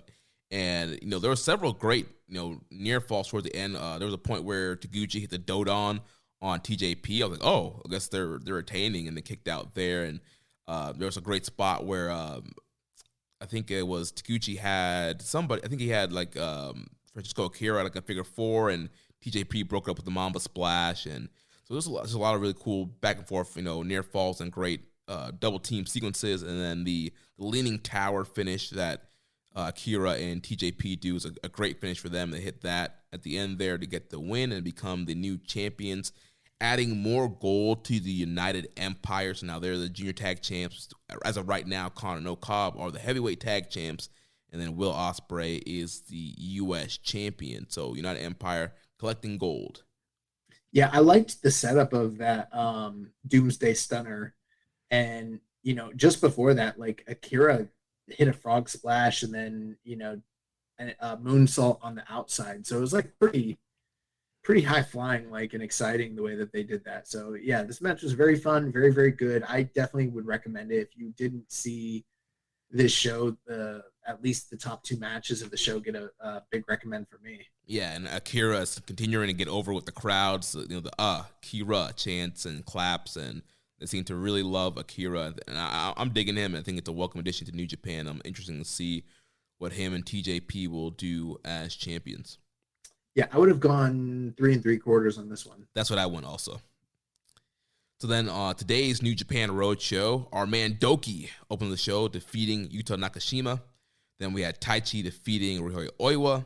The House of Torture defeated the Chaos team of Goto, Toriano, Yo, and Yoshihashi. Post-match, Evil cut a promo and accepted the challenge of Goto, Yo, and Yoshihashi for a never six-man title match. So they're going to run that back at some point. Then we had the United Empire team of Aaron Hanare, Francisco Akira, and TJP defeating Wato Taguchi and Jado. Then the LIJ team of Bushi, Sanada, Shingo, and Naito defeated Tenzan, Okada, Fujita, and Togi Makabe. Then we had the AEW All-Atlantic title qualifying final matchup between Tomohiro Ishii and Clark Connors, with Ishii defeating Clark Connors in 13 minutes and 21 seconds. Yeah, this match was maybe not quite the same high-level caliber of the Kanemaru and Ishii match, but it was very, very, it was really good. It was very fun. And it kind of followed a similar pattern that we've seen from, I feel like Ishii has a couple different matches that he does, maybe 3 or 4, and that's one of the reasons why he's able to go out there and have so many great matches with different opponents. He figures out what kind of story he wants to tell them, and I think he just kind of plugs them into his archetype of match. But in this one in particular, most of the match was built around Clark Connors just being this super aggressive underdog and kind of trying to chop down Ishii, and it took him about 7 minutes before he got Ishii off of his back. But once he did, he was pretty much in control, hitting him with Germans and lariats and, all sorts of power bombs and stiff, headbutts, stuff like that. And at the same time, Ishii is still just being his tough self, no selling everything, but he's still dealing with the leg injury. He kind of worked that leg injury all throughout the match. But ultimately, no matter how much of an onslaught Clark Connors brought, it was still kind of a proto Young Lion match where the Lion is giving everything he can, but ultimately it's not enough to topple insurmountable Ishii, who puts him up in the air, drops him on his head, and gets him out of there. And I felt like a lot of the match was designed to make Clark look good and Ishii look tough, because Clark got probably 80% of the offense. Yeah, this is a really gritty, hard-hitting matchup. I love a spot where Clark, he goes to headbutt Ishii, and Ishii no-sells it. But yeah, Clark was, had tons of great chops. Like you mentioned, a lot of big layers, a lot of big power moves. His big power slam. Spears. A lot of his offense, he was looking for the spears, several points to take Ishii off his feet. His Jeep flip, which is his version of the pounce, he did hit that at one point on Ishii. So, Clark has kind of been this power junior, and going up against Ishii, he was trying to use that kind of power offense. And at the beginning, like you mentioned, it didn't really work at first until he really kind of grinded down Ishii, and there was several good near falls. And then towards the end there, he kept trying to go for the trophy kill power bomb, but Ishii kept fighting it off. And then finally, he just hit this big lariat when Clark was rebounding from the ropes, and like you mentioned, hits him with the brain buster. 1, 2, 3. Ishii is going to the AEW Forbidden Door pay-per-view this weekend in the 4-way. One other thing I do want to criticize too about this, it's great that we're getting Ishii, but if we're going to do a 4-man tournament, I guess it was kind of fun, but could we include any more credible individuals other than Hama, Clark Connors, and Kanemaru? What was the criteria? Dude, I'm sure they were like, Gail's like, all right, we're gonna send Ishii to the match, and TK's like, no, you gotta do a tournament. Gail's like, what? I don't want to do one. Like, no, you have to. Do it. I just did an eliminator on the pay-per-view. You want another? Oh my god! All right, Hanma. Well, we're putting Oiwa in it. No. Oh man. All right, Tony. Who do you want? Well, give me deathmatch legend Tomoaki Hanma, okay? Because I watched him a lot in Freedoms, and Big Japan. Oh, you know who's great? Give me Kanemaru from Noah, the greatest Noah Junior of all time. Junior Ace. Junior Ace, and Clark Connors. I really like him. He's gonna be a big. Blue chipper. Blue chipper. People are gonna look back on this tournament. They're gonna see the names involved, and they're gonna think, "Wow, You know, Oh man. Gato's like, all right, Tony. So Speaking of which, we also before we move on to the main event, we were doing a bit in our group chat this week where I was like, what if they did have Tanahashi win the title, but then like he's not in America with it, he's just defending it in Japan, and they're like, all right, we're gonna kick it over live to Japan as IWG or as AEW interim champion. Hiroshi Tanahashi defends next live from Cork and Hall against Tomoaki Honma. Yeah, that was pretty funny. It was just like, yeah, you know, coming up next after Jay Cargill, the Ace, Hiroshi Tanahashi will face Tomoaki Honma in the main event. Stay tuned. It's Wednesday. You know what that means? We're kicking it over to New Japan Pro Wrestling. Coming up next, the AEW interim champion, the Ace of the Universe, the once-in-a-century talent, Hiroshi Tanahashi defends against the Unchained Gorilla, Togi Makabe, live from Hachinohe City East Gymnasium. Stay tuned. You want to listen to this, folks? Oh, man. It's like, why are we doing this? With Vanguard Advice, no matter what your retirement goals are, they can help you get there and enjoy it for years to come. The financial journey is all yours, but you never have to take it alone. That's the value of ownership. Visit Vanguard.com and explore Vanguard Advice. All investing is subject to risk. Fund shareholders own the funds that own Vanguard. Services are provided by Vanguard Advisors, Inc., a registered investment advisor. Target has Laundry Day covered because they offer a great selection of concentrated Tide Pods to help with all your laundry needs. Tide Pods clean, freshen, and help rejuvenate your clothes with odor fighters and stain removers. Did you know Tide Pods clean better than the leading liquid bargain detergent? Tide Pods are powerful enough to make your whites white and your brights bright, even in cold water. Just toss in 1 Tide Pod for small loads, 2 for medium, 3 for large. It's that easy. For great value and convenient pickup options, get Tide Pods today at Target. So the main event, IWGP Junior Heavyweight title, the best of the Super Junior winner, Hiromu Takahashi, challenged the champion, the Bone Soldier, Taiji Ishimori, and he failed to defeat Ishimori. Ishimori defeating Hiromu in 36 minutes and 20 seconds. Yes. Very, very, very intense matchup here. Very long match. Went, like you mentioned, just over 36 minutes. You could kind of tell during the first half because they wrestled, I don't want to say at a slower pace, but like a more measured pace. Mm-hmm. Very intentional. That they were definitely going to go long based on that. And the early story here, to nobody's surprise, was that it was a body part match. But with that being the case, I don't want to misrepresent what was happening. It was pretty awesome limb work from Taiji Ishimori, very inventive. They found a lot of like cool and I mean, he's very good at that and has kind of shown that over the past couple of years, ever since he really started focusing on the yes lock and then the bone lock as being like his finishers, ways to kind of work that body part.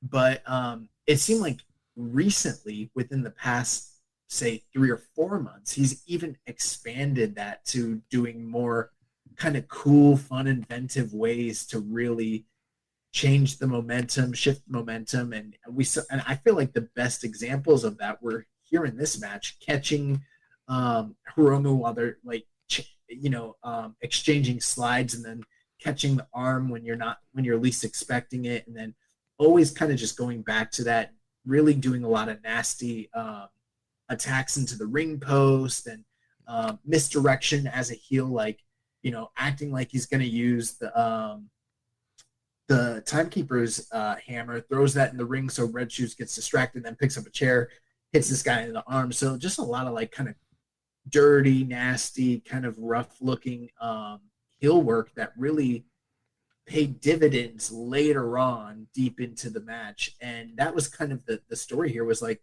Hiromu being wild and reckless, still doing all his high-flying and, and high, octane offense. And then you have Ishimori over here. He's like, give me your arm. Yeah, he did this cool, like, tornado, like, armbar DDT to the outside, to the floor. To the outside, yeah. Towards the beginning of the match. I had never seen him do that before. That was really cool. Like, yeah, you mentioned just really, put a bullseye on that arm and work it throughout the whole matchup, and just doing a lot of cool stuff to get Hiromu's arm. And like you mentioned, Hiromu being wild and reckless. There was a spot Ishimori gave Hiromu a pile driver on the apron. That was dope. Ishimori They did a lot of stuff on the outside. Yeah. A lot of like moves that you wouldn't normally see people take or give on the outside. They were like they didn't brawl through the crowd like they did in their infamous Super Junior Finals match, but I feel like they were kind of harkening back to some of that because they couldn't go into the audience, so they really kind of let loose on the outside, which was kind of surprising. Yeah. And Ishimori hit this awesome like reverse DT thing off the top rope. That was great. Yeah. Hiromu got... Oh, that was scary because it looked like Hiromu was setting up for like... He was going for a super time bomb too. Yeah. And Ishimori had to fight off of it. And then he did, like you said, like a reverse suplex, but he had to like jettison Hiromu's body forward, like feet first. So he like had to do like almost like a reverse worm. There was a lot of potential for that to go south. Yeah. Potentially the way they did that one. That one was a little questionable. Yeah, but they pulled it off. Hiromu hitting a time bomb 1 for a near fall, and there were several near submissions with the bone lock. And Hiromu also, he's the stunner now that we talked about, and so he was doing the stunner a lot of times, and he did it a couple different times in this match and tried to set up the D submission hold. There was a great spot where like he made Ishimori like throw a punch at him, and he got him into the D triangle choke, and so there's kind of several back and forth stuff like that. Until it came down to the end where Ishimori got him locked in the bone lock right in the middle of the ring. There was nowhere for Hiromu to go, and he had to tap out. Yeah, this match was pretty awesome. Actually, was it? Did he tap him out, or did he pin him with the?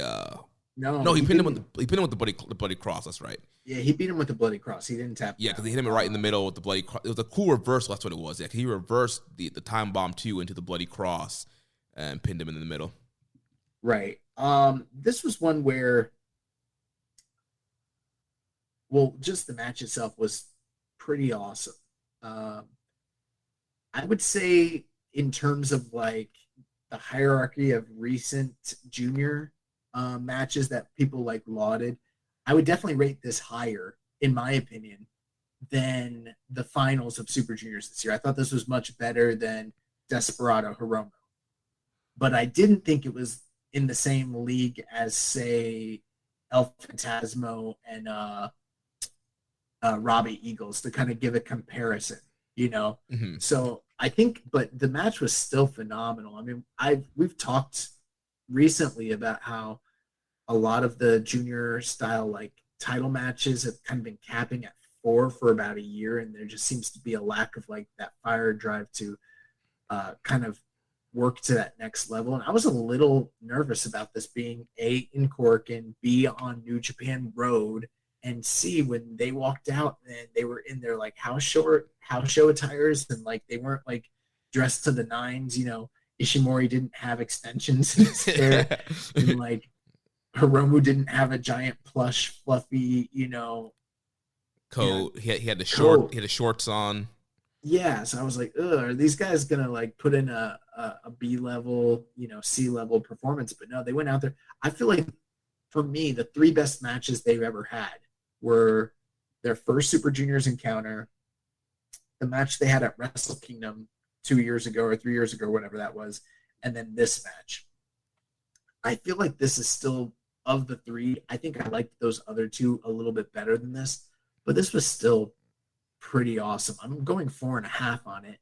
I was very surprised though at the finish. But I guess with the post match, it does sort of make sense why they did what they did. But I feel like you had Hiromu go back to back to back and kind of make Desperado take this back seat, Desperado was on commentary during this match, which kind of made you think that maybe he would get involved in the post-match in some way or something like that. And then ultimately, you're thinking Hiromu's going to regain the title again like he has so many times in the past, especially considering he beat Ishimori fair and square clean during the Super Juniors this past month. And then he loses. And not only does he loses pretty much clean, as clean as it's going to be with like a heel like this. So that was pretty surprising to me that this was the booking decision.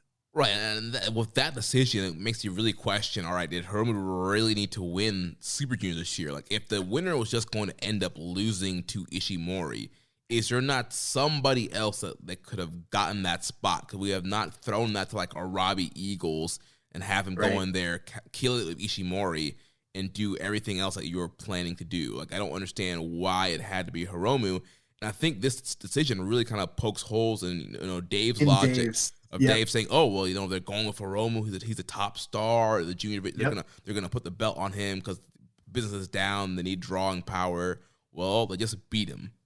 Another thing too is like, okay, this was great, and for those people that are diehards that were up early this morning and saw it, they are very excited. And I'm sure the news is making the rounds. But the big show happened last week, not this week, not today, not this morning. It was last week. Now, granted. Could Hiromu and Ishimori go out there and do a 36-minute epic during Dominion? Probably not, but then again, maybe they gave so many of those matches such little time on that card. Right. Like, maybe they could have. Trim the fat. Get rid of Yano and Doc Gallows. Get rid of the... That was only a 4-minute match. That's not going to save that much time. Get rid of the United Empire undercard match. There's a lot of undercard stuff that could have been cut to make room for this Hiromu Ishimori match. But getting to the point here, there was a post-match. After the match was over, Ishimori got on the mic and he said, basically I took the belt from the long reigning champion Desperado, and then I beat the triple time, back-to-back face of the division, Hiromu, fair and square. I basically beat the top two guys, and there's no one else for me.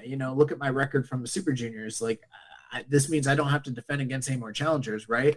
And he kind of said all this to, like, disgrace Desperado, who's there on commentary. And right as he's like saying all this, suddenly you hear the time splitter music come on. And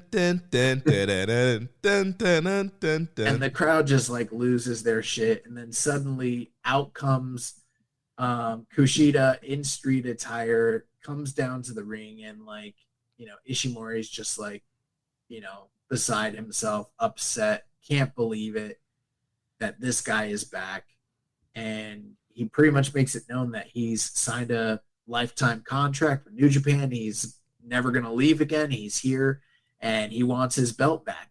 And if you remember, the last person to beat him for the title in the Tokyo Dome, the match that I hated and reviled and buried 7 feet under, was the match from Wrestle Kingdom with him and Taiji Ishimori. Dude, I'll never forget how angry you were at that match. I was totally not expecting, like, you like we were having this Wrestle Kingdom review, like, we're talking about all the matches, and then we get to that match and you just like lost it. I still get mad when I think about that match. But this whole thing was pretty awesome, but at the same time, how much more awesome would this have been had it happened at Dominion? Right. Sakajo Hall. Is that where it was? Yeah, it's Sakajo Hall. That's exactly what I was thinking. I'm like, I get it. You might want to give the juniors a main event here, but Dominion is a big show. That's the show that the quote unquote casuals or other fans who don't watch New Japan all the time fly in and check out. It's Dominion. Let me watch that. So you could have had this great junior match on Dominion, and you could have the same follow-up angle on Dominion, and then even more people would have been talking about, Kushida is back, versus just kind of seeing the clip being floated around on Twitter today.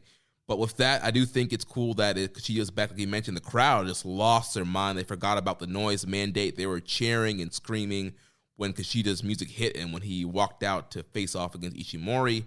He told Ishimori, they said that you may think you have no challengers left, but you're wrong because I am back. And Ishimori told Kushida that he'll need to prove himself before getting a title shot. And before Kushida came out, Desperado was standing up to he's about to go in the ring, but then Kushida's music hit, so Kushida kind of jumping the line here, so it seems. But pretty interesting with Kushida being back, especially after, part of the reason why he left initially, because he was kind of tired of being a junior division. He wanted to move up to heavyweight, but they weren't moving up to heavyweight, and now here he is kind of right back where he left off in the junior division. Yeah, I mean, definitely the expectation was going to be that that Kushida would be returning at some point. I don't think that here on this podcast necessarily we talked about it extensively. We didn't have like Kushida Watch 2022 going on. But at the same time, I mean, it was discussed, and I mean, the reports have been out there. So it's not like this was a huge surprise, but it was a welcome surprise nonetheless. I just wish it happened on a bigger stage. I feel like it would have been more impactful. And I think what a lot of people were anticipating was that there were rumors that Kushida was going to come back as a heel, and it would make more sense given the long history between him and Hiromu, for if they really wanted to capitalize, quote unquote, on Hiromu's stardom and put him in the main picture, have him win the title, and then have a heel Kushida show up and kick off this new phase of whatever was going to happen there. But a lot of the rumors, and still there's plenty of time for all this to change and see how it susses its way out. But as of right now, I mean, the guy that we saw Kushida show up, he showed up with the same music, the same VTR. There's no reason at this point to believe that he's any different in terms of character than he was when he left. And there was a lot of speculation about and reports about like what he wanted to do character wise when he returned. So I do wonder, like you mentioned, Jeremy, is he going to be pigeonholed in this junior division once again, or is there room for him to kind of like spread his wings going forward and do other things? Right. He did decline the rumors of what he wanted to do and being a heel. And like you mentioned, he said he's going to be with New Japan for the rest of his career. He is moving from Orlando to LA. And since he's going to be on all the, New Japan shows. So it seems like right now we're getting, babyface, time traveler, Kushida. Obviously, he could be working and maybe they do a swerve down the line where he does end up being a heel, maybe joining House of Torture to help them split from Bullet Club or join some other group. So that's still to be seen. But as of right now, it seems like we're getting face Kushida versus, heel Ishimori. Whenever the next, big junior title match will happen, maybe G1 finals or sometime after that. Well, I was spoiled going into this, so I mean, it wasn't like a big surprise for me. I wish I wouldn't have been spoiled, but this is, I mean, Kushida's been one of my favorite guys over the past, decade. So I'm very, very pleased that this is what's happening, and who knows? Maybe we see him show up on AEW in the future. I mean, not that that's the end all be all, but if he's going to be living here in the States, I mean, we're seeing a lot of crossover between guys that are featured out of LA and on Strong, between those two brands. So, yeah. And also he'd be great to be on Strong whenever they do stuff in LA. Right. Exactly.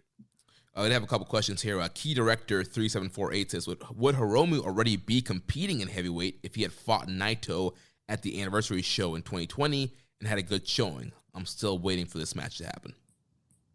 No, I mean, not necessarily. I mean, of course, anything's possible, but I mean, we've seen him have incredible showings against all sorts of other heavyweights not named Naito. So, and that hasn't necessarily opened the doors one way or the other. So, it was an anniversary show. Right. The typical heavyweight champ versus junior champ. Would have been a great matchup. The crowd would have loved it. But yeah, I think Hiromu would still be a junior regardless.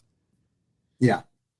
Then Less Commission 7252 asks, with Kushida back in the junior heavyweight division, do you think New Japan should do the Wrestle Kingdom 12 4-way match for the junior heavyweight championship with Ishimori, Desperado, Hiromu, and Kushida at next year's Wrestle Kingdom? The story is there with Kushida wanting to avenge his loss to Ishimori 3 years ago, Ishimori to prove he's still a top champion in the junior division, Hiromu avenging his loss here against Ishimori and Desperado, tired of being the background of the junior division, and now time to take the torch from Hiromu and take charge as the new head of the junior division. Do you want to know the secret, Jeremy? Here's the secret. that no one's wanting to say, but it's the truth. And I don't think it's ever dawned on me until this moment. The juniors are to New Japan as the women's division are to WWE. Wow. They're trying to break that barrier and main event a WrestleMania. And it's like, it sounds like, no offense to Les Commission, but his idea here is to take the top 4 guys and maybe have them face off in a top level match on one of those 2 nights to maybe, main event.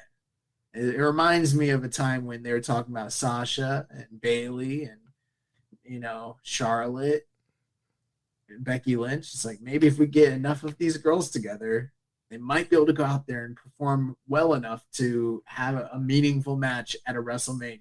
That's what it sounds like. It really does. But I mean, eventually, we have had a couple women's main events in Mania now. And of course, that's all thanks to Stephanie McMahon. Thank you, Stephanie. The interim CEO of WWE. And so I think the greatest CEO in the history of WWE. Yeah, I think Gato needs to call Stephanie to book the junior division. Stephanie will fight for junior equality, and she will make sure that the juniors main event. The junior revolution. Give juniors a chance. What if they change their names? Remember, they were divas, and right. then they changed them to women. What if they're no longer juniors? What if they're cruiserweights? Yeah, or light heavyweights. Yeah, something to think about. All right, let's move on now. Also on these New Japan road shows, we did get some announcements for the G1 Climax 32. We got the block announcements and we got the schedule. So like we talked about last week, we have a 4-block G1 tournament. So in the A block, we have Kazuchika Okada, Toru Yano, Filthy Tom Lawler, Jeff Cobb, Jonah, Bad Luck Fale, and Lance Archer. In the B block, Switchblade, Jay White, Tomohiro Ishii, Sanada, Tama Tonga, Great Okan, Chase Owens, and Taichi. In the C block, the Ace, Hiroshi Tanahashi, Hiroki Goto, Tetsuya Naito, Zack Sabre Jr., Aaron Hanare, Kenta, and Evil. And then in the D block, Will Ospreay, Yoshihashi, Shingo Takagi, David Finlay, Juice Robinson, El Phantasmo, and Yujiro Takahashi. One thing I loved was when they made the announcement for the blocks. Normally the graphics, right, for a G1, normally you just have like all the people kind of shown on the graphic, and, parody based, maybe like in little blocks. This year they just, because there's 7 guys, they decided to have one dude front and center, and then the rest of the guys kind of like V off. Yeah. And whoever was in the center, I'm not saying they're going to win the block, but they made the biggest star of each block the guy in the center. So like in A block, it's Okada and friends. In B block, it's Jay White and friends. In C block, it's Tanahashi and friends. And in D block, it's Will Ospreay and friends. And like I saw that and I was like, they're not being subtle about this whatsoever. Right, like here's your semifinalists right here. Like if hypothetically we wind up with a scenario where Okada, Jay White, Tanahashi, and Will Ospreay win their respective blocks, I won't be surprised at all. Yeah. I mean, obviously we'll do a big preview and prediction show, but I mean, especially when you look at that A block and who's in there for Okada, I'm like, to me, Jeff Cobb is probably the only other threat to win that block. So it definitely seems like the A block belongs to Okada. A block is interesting because it's a very divisive block.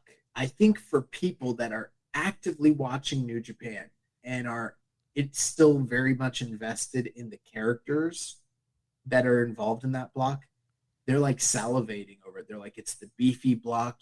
There's an incredible story there because Okada, being the face of the company, and then he's stuck with a bunch of killers and Tom Lawler and Yano. And but then for a lot of the like more kind of casual New Japan viewers, like the people who like maybe only do parachute in for like say a G1 and maybe a Wrestle Kingdom and some of the big events, they're looking at the other blocks like those look a lot like D block, C block. Those those are looking a lot more attractive than the monster block of A block with like, Fale and Yano and Jonah. You know what I mean? So Right. I think that block is one that's really kind of split opinions as far as from what I've seen. Yeah, it really depends like how you feel about like Yano, Right. what your thoughts are on Jonah. I mean, he's kind of really hasn't done too much yet since he's left WWE. I mean, he's kind of been on strong. They've reformed TMDK, but he hasn't really had any standout matches yet. So kind of how you feel about him. And there might be some people who really don't know Filthy Tom. So it's kind of like depending on your level of investment, there's a lot of unknowns. And for Archer as well, depending on how you see Archer, some people might still see him as just the Killer Elite Squad guy. Some people might just see him as the, title challenger of the month in AEW who loses a lot. And so a few things here. And again, we're not going to do a whole review, but like I've called for them to do 4 blocks for quite a while. They're doing it. And I also in the past have laid out all the positives about it. What we've kind of failed to do is kind of highlight what maybe some of the detractions might potentially be. And I think some of those things are on display here. One of the things I've always highlighted as a positive is like you save a lot of your bigger marquee matches for down the road so you don't burn through as much of your booking possibility. But when you have individuals in the tournament that maybe aren't necessarily like the most desirable, like say a Yano or an Evil or a Chase Owens, and you put enough of those types of characters in a split tournament like this, you might, and I think that that's what we're seeing here, you might wind up with a more diluted G1 that isn't as chock full of classic matchups or even potential matchups as you normally would see throughout the regular tournament. And that is something I'm a little concerned about. The other thing too is scheduling. We also got the schedule for the tournament on the last night of New Japan Road, and it's weird looking, honestly. Yeah, it's a very weird schedule. So definitely with how it's played out, it's going to be weird, and there might be a lack of great matchups, kind of what we're used to with a 2-block format. And I feel bad for a guy like Filthy Tom, first time in Japan, like he's not getting a ton of like really cool matchups. Also, the Okada match is going to be a big one for him, but a lot of the other guys, like he could face like Archer and Cobb in the States. Like it would have been cool for him to mix it up with more like Ishii and Sonata and guys like that, Goto, guys that he doesn't really get a chance to mix it up with. Right. Yeah, that's true. But the other thing though, we've talked about how like if they get more rest, hypothetically, this might equate to them having better performances and being willing to go out there and put more of themselves into the matches, and hopefully that plays out to be the case. Yeah, definitely. So you want to take a look at the schedule now? Yeah, we can run through it. I mean, it's one of the things that's just kind of confusing, not even really confusing, but just sort of like I didn't expect them to do this. It looks like most of the nights, not all nights, but most of the nights they have one match from each block represented on the card. So like, for instance, on July 16th, they have Okada versus Cobb. That's the A block match. Sonata versus White. That's the B block match. Tanahashi versus Hinari. That's the C block match. And then Ospreay versus Phantasmo. That's the D block match. And they kind of have a similar trend going all throughout the tournament, which I was expecting we'd have like A block nights, B block nights, C block nights, D block nights, something more traditional, or even maybe combined A and B and a C and D, but that's not really what they decided to do here, and it's kind of confused me a bit. Yeah, it's really weird. Cause normally, a lot of times they'll announce like the big main events, and then they don't show you the rest of the card sometimes. So when I saw the match graphics, I'm like, oh, they're showing like the highlight matches of the night, and then the undercard will have other block matchups. But when I looked at it, I went on the website, I was like, oh nope, this is actually just what they're doing. Just these 4 block matches will be happening while everybody else is either going to be, I guess, off or in undercard tags. And we're going to go with this model. So it's definitely weird and interesting, but I do feel like mixing the blocks might give us better cards overall, though. Possibly. At the same time, I mean, you're getting, it's just weird. Some nights you're just getting 4 block matches. Some nights you're getting 5. Some nights you're getting 6. I don't know. I guess they had to probably do a lot of math work to get this to all fit. And then, on the final night, August 16th, we've got 1, 2, 3, 4, 5, 6, 7, 8 block matches. And obviously most of that, that's going to be the determinant night to kind of establish the winner of each block. And we still don't know, once we have a winner from each block, how the playoffs are really going to work, whether it's A versus B or A versus D or what have you. We don't know. Right, because we've seen that in the past when they've done semifinals and round robins, they have mixed it up. They've done A versus C or B versus, they've mixed it up. And so not quite sure how they're going to do it here. Also, too, though, I guess maybe detractor of mixing the blocks up is when you look at this August 16th, the last block night, it seems pretty clear, clearly these are the matches that are going to be somewhat determining of who's going to win the blocks. So if certain block matches not happening, it kind of kills the excitement for those matchups. When you look at the matchups here, you're like, oh, well, clearly, D block, it's Shingo versus Phantasmo and Ospreay versus Juice. Clearly, Shingo and Ospreay are going to be the two that are in contention, and one of those guys are going to get spoiled. Then you have Naito and Sabre. It's clearly that's going to be the determinant for C block. And then you have B block with Tama Tonga and Jay White and Ishii and Sonata. Those are going to be the two, those are guys going for it. So it kind of really hurts your... That's possible. But, I mean, I don't want to lean into that too much just yet. Because, I mean, if you look at August 14th, for example, Tanahashi versus Kenta is a C block match. And then neither of them have any more matches going into August 16th. Who's to say that I mean, that's a pretty big match in and of itself. Right. Who's to say that how the C block matches fall on the final night couldn't result in the winner of Tanahashi Kenta still going through? You know what I mean? Right. Tanahashi has the advantage, and then Sabre and Naito go to a draw, and that gets Tanahashi through, something like that. Something like that could happen. Yeah. And I do think that that is one of the nice things about the format is in the past, we have been able to look at the finals and get a pretty open and shut case of what we think that this is going to lead to. It's pretty easy to tell. This one, I'm not so sure that it's as easy. I think that you're definitely onto something there, because I mean, I did the same thing too. It's my first natural instinct is go look at the finals, see what it's, but they've done a pretty good job mixing a lot of these matches where I'm like, there's a lot of people that could be alive, especially since, again, it's A, B, C, D block. It's hard to rule out anybody because anybody could be alive going into the playoffs. It's just playoffs. We don't know what's going to happen from that point. And I think that that's kind of the fun, exciting part of it as well.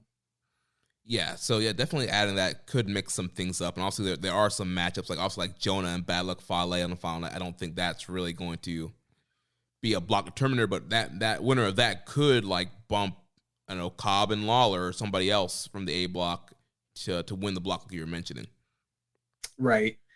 So yeah, it's definitely one to I mean, we're going to be doing a contest this year, but this is going to be the probably most difficult that any difficult contest we've ever done as far as just tracking it on our end, but also for those of you that are involved in it. I mean, I'm looking at it and I have no idea who's winning the G1 this year. Yeah, I kind of have some ideas of who I think will win. I'll save that for our prediction show. But, I mean, there are a lot of guys who can win this thing, though. Well, we have a few questions regarding these announcements. We should probably get into them. Yeah, so P-San91 says, which of the announced G1 blocks are you guys most looking forward to? For me, it has got to be the C block as it has the most potential for bangers.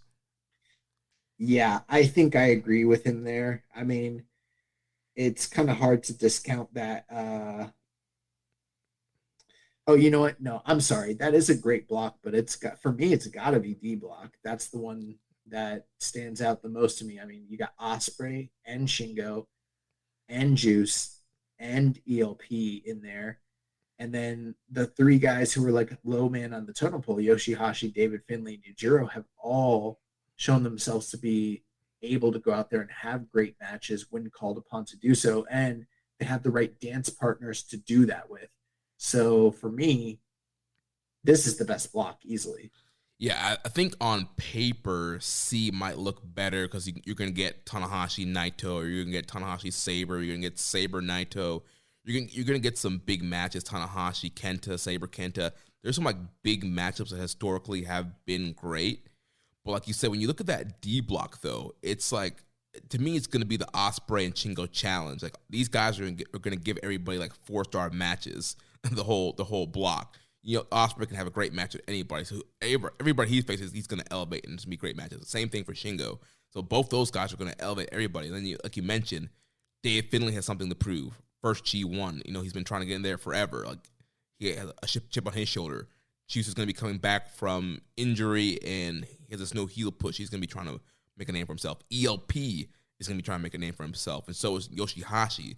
They're only really done in this block as Yujiro, but we've seen when Yujiro is in there with guys like Osprey and Shingo, he's going to have a pretty good matchup. So I think D block is going to end up being the block that probably overperforms that people are not paying attention to. I agree. The next question he talked about waiting to see the lineups before getting tickets, for the shows there in Tokyo. The lineups are out, and I'm sure some of those Tokyo shows are probably going to be worth a while to attend. He also mentioned the structure of the shows. How did we think that was going to play out? But we now have the structures. We already discussed that. So we know it's going to be a conglomerate of A, B, C, and D block matches each night, as opposed to single nights of A, B, C, or D, which is interesting. Right. The only question mark there is the semifinals that we talked about. We don't know how that's going to be yet. He did ask, do you think they will go back to having undercard tags now that there are less COVID restrictions, or will we just be having all singles matches like the past 2 years? And I got to tell you, I think that they will be having undercard tags just because they're going to be touring a lot and they're only doing some nights 4 matches. It seems to me like they're going to have undercards. Right. The last time they've done 4 match cards was during COVID and empty buildings. Well, since they've been touring, they've been doing at least 7 match cards. So at most, there will be at least 3 undercard matches, if not 4 on a lot of these cards. So then moving on to Hawaiian Punch BV, he says, Dave Finlay is the first wrestler ever to win the C block. Now he's the first wrestler to compete in the C and D blocks. Will Finlay be the first to win both C and D blocks? Definitely not. Definitely a missed opportunity here to put Finlay in the C block. Yeah. Key Director 3748 says, I assume with Hiromu winning the best of Super Juniors, they would be moving Despy up to heavyweight, where I think he fits better than Hiromu. I was very disappointed to see he was not in the G1.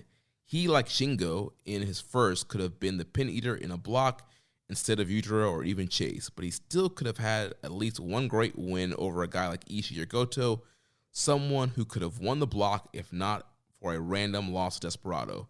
What do you guys think of Desperado in heavyweight and where he could have fit in this G1? That's a great question.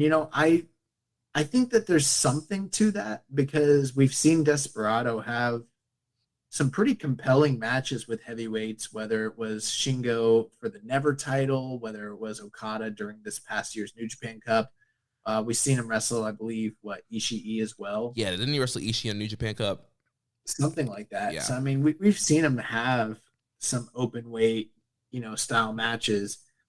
But with that being said, I don't know that here's my concern. I think that he's a great wrestler, but I feel like he's finally made a home for himself in the junior division where he's like a top guy.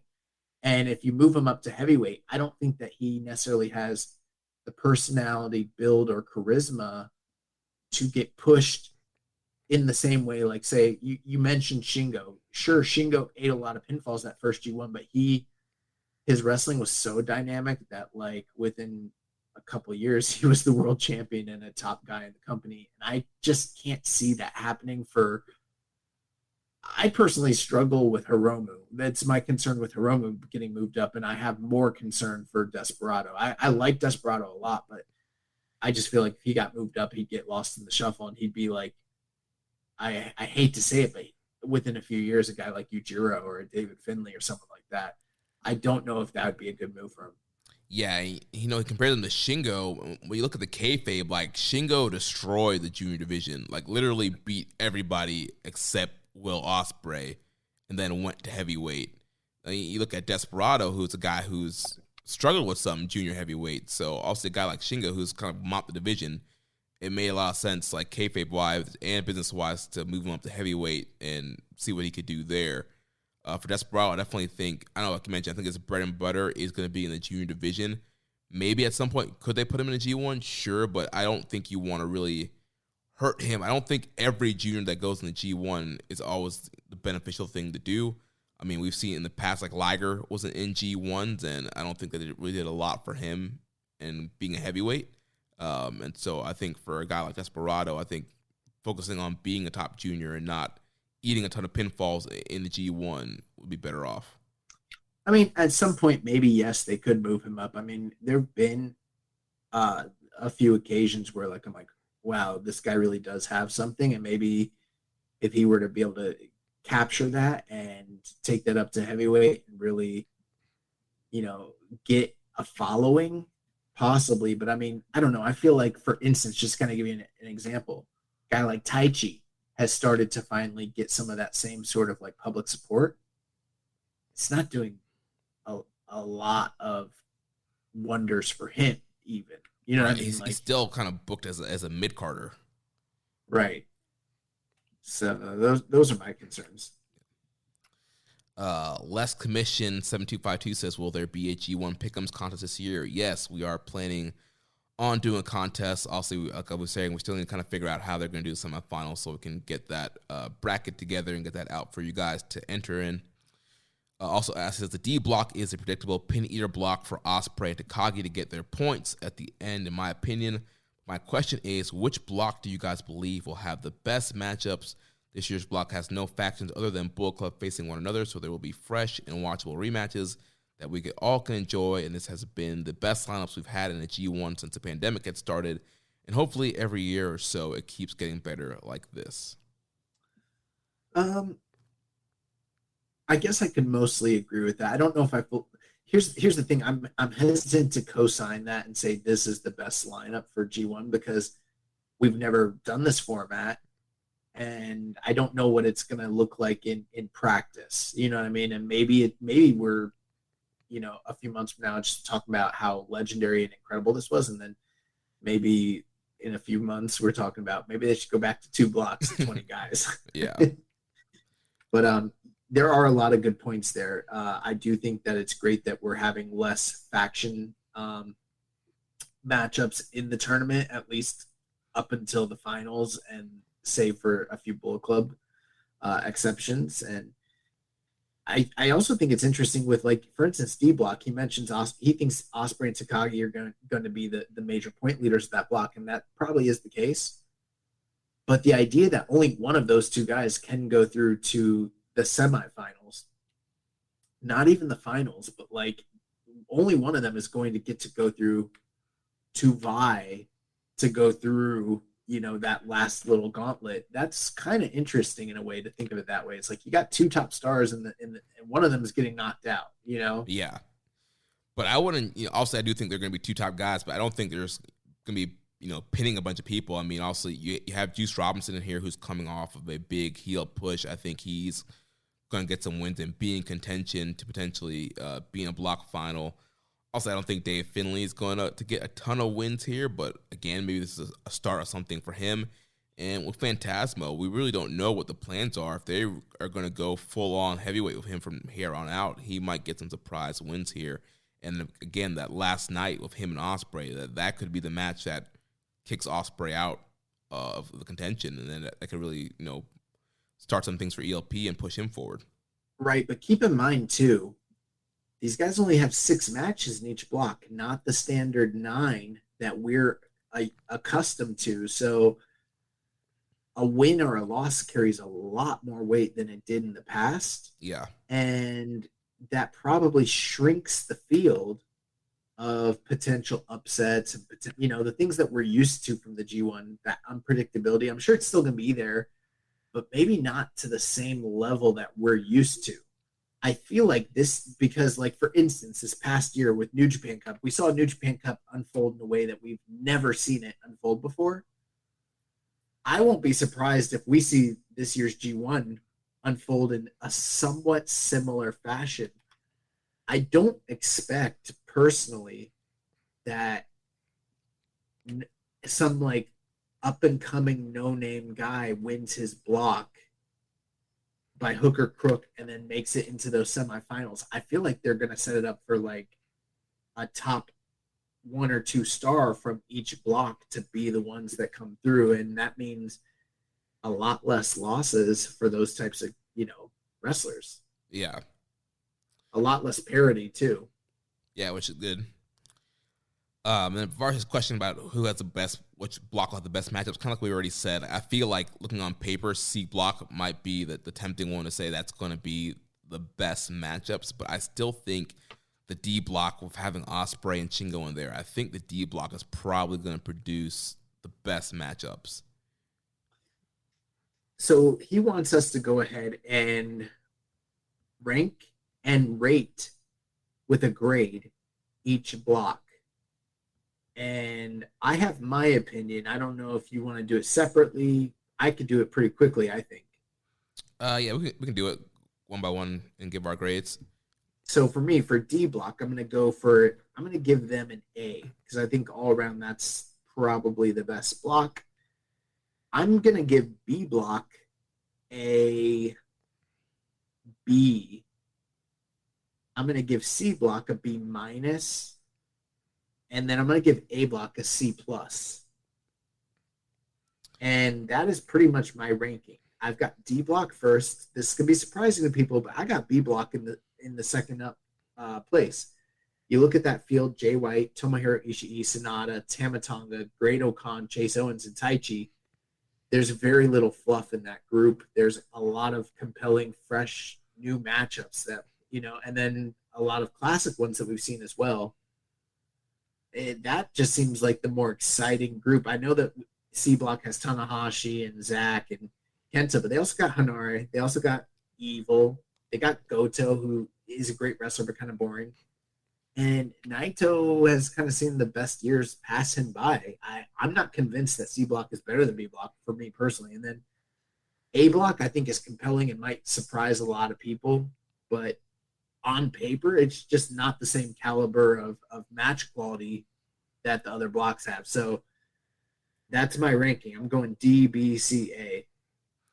Yeah, I think mine's gonna be pretty similar. I think I have D number 1. I'm kind of torn between B and C, because I mean, if Tanahashi and Naito have a banger, if Tanahashi and Sabre, if Sabre and Naito, like that, there's a lot of matchups there that could really propel that block up. I do see what you're saying. Also, there's Evil in there.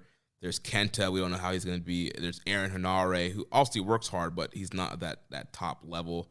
Let's also keep in mind that Tanahashi hasn't really had the type of G1s he used to have in a long time. He will have some great matches, but he'll also have a lot of just like so-so matches, because he's not going to go all out.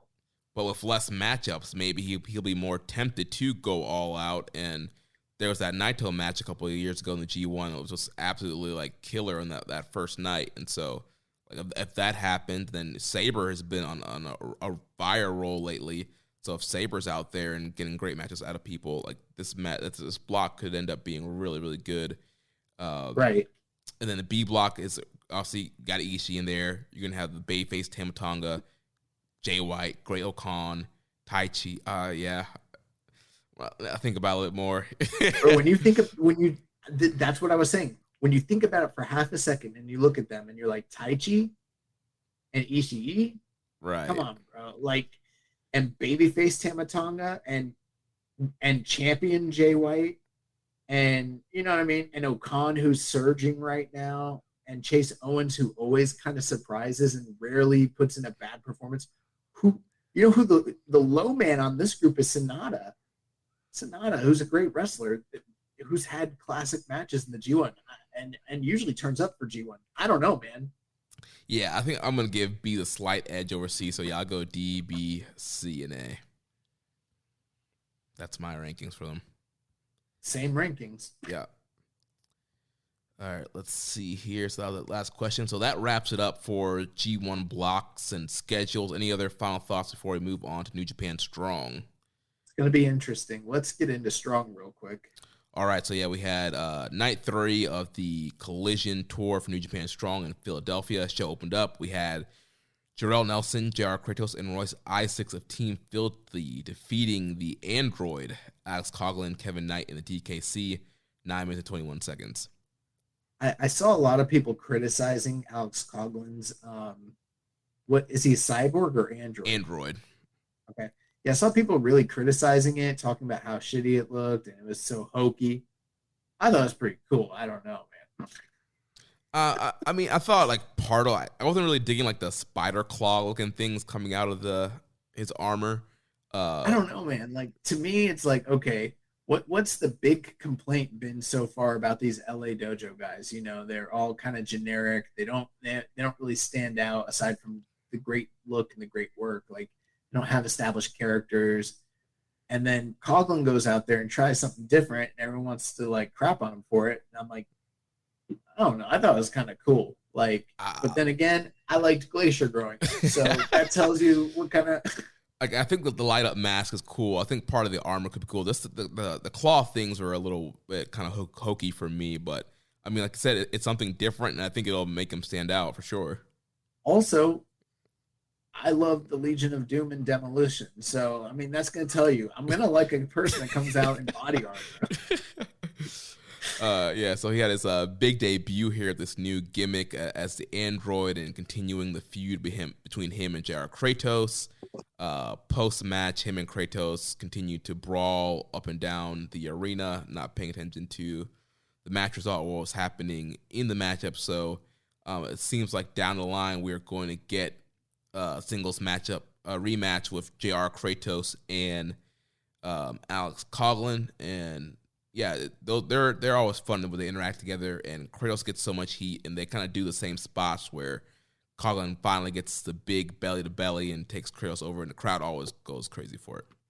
Bro, we see it on Strong all the time, and I still go crazy for it, so it's working. Yeah, it definitely is. Then after that, we had Arya Daivari defeating Delirious, former Ring of Honor star, Ring of Honor booker, 10 minutes and 15 seconds. This was like 6 minutes and 15 seconds too long, probably. Yeah, I mean, it was there. Again, I'm not the biggest fan of Daivari, especially in a New Japan setting, and Delirious, I've never really been the biggest fan of him either, so. Well, I was liking what they were doing with Daivari's character, and then he went full heel, and it's like, okay, are they going somewhere with this? But now it's just kind of like, all right, he's just heel. Yeah. And for some reason, correct me if I'm wrong, he didn't even use his carpet in this match, right? No, he didn't use the carpet. He really didn't cheat all that much, because the whole thing was he was trying not to cheat, right? And then he was losing, and then he cheated like one match, turned heel, and then but he didn't cheat really in this one. Yeah. Yeah. So I don't know. I was just confused, but whatever. Then we had Brody King defeating Jake Something, 8 minutes and 27 seconds. Nice little hoss fight here. Yeah, it was fine. I think Jake Something has a good look. If I understand, I Googled him. It looks like he's not with Impact anymore, so maybe he's looking to get signed somewhere. I don't know. Yeah, his Impact contract, I think, ended about a month ago, I believe. So, yeah, I mean, I've been a fan of Jake Something since we saw him at AAW All In Weekend. I thought he had a good look, and he's a good hoss wrestler, and had a good hard-hitting matchup here with Brody King, and I would like to see him back here on Strong. You know what's funny is like I get Jake Something and Kurt Stallion mixed up, and I'm like, man, he looks different. He really bulked up last time I saw. Bulked up, grew his hair out, got a beard, put in some work, man. Like, God dang. Then the big main event here, the ace, Hiroshi Tanahashi, defeated Dirty Daddy Chris Dickinson 13 minutes and 15 seconds. All the controversies, which the company has never addressed, and I'm still waiting to see if, I've seen Chris put stuff out, be like, I've seen him put stuff out there that like vilifies the people accusing him, but like I haven't seen any actual proof to showcase whether his like stance is accurate or not, or truthful. I don't know. And the company's radio silent on all of it. So it was very surprising they even did this match in the first place. But putting all that aside, I mean, if you would have told me that Tanahashi against Chris Dickinson was happening, I would have thought like, yeah, that match is going to rule. I really wasn't that impressed with this match. And that's not me being influenced by the controversies that I just mentioned. I didn't think this match was that good. It was okay. For sure. But compared to a lot of the stuff we've seen from Chris Dickinson on New Japan Strong, this was not anywhere near the level or caliber of his output. Now, I did see earlier today, he posted something on like social media talking about how there were friends of his that compared this to like Muto and Takada from 95. And I could definitely see those comparisons. I mean, Tanahashi, being like a Muto disciple, and Takada being a guy that Dickinson really like borrows from and looks up to, even dresses like him. And, it seemed like they were working a similar style match, catch style, strong style versus like shoot style, and they were working like the legs with like the dragon screws and all the Muda locks and the figure four leg locks. And that was cool, but it just felt a little bit too homage to me. And it's not all on Chris either. I thought Chris looked pretty good here. Who I felt like maybe didn't look his best was Tanahashi.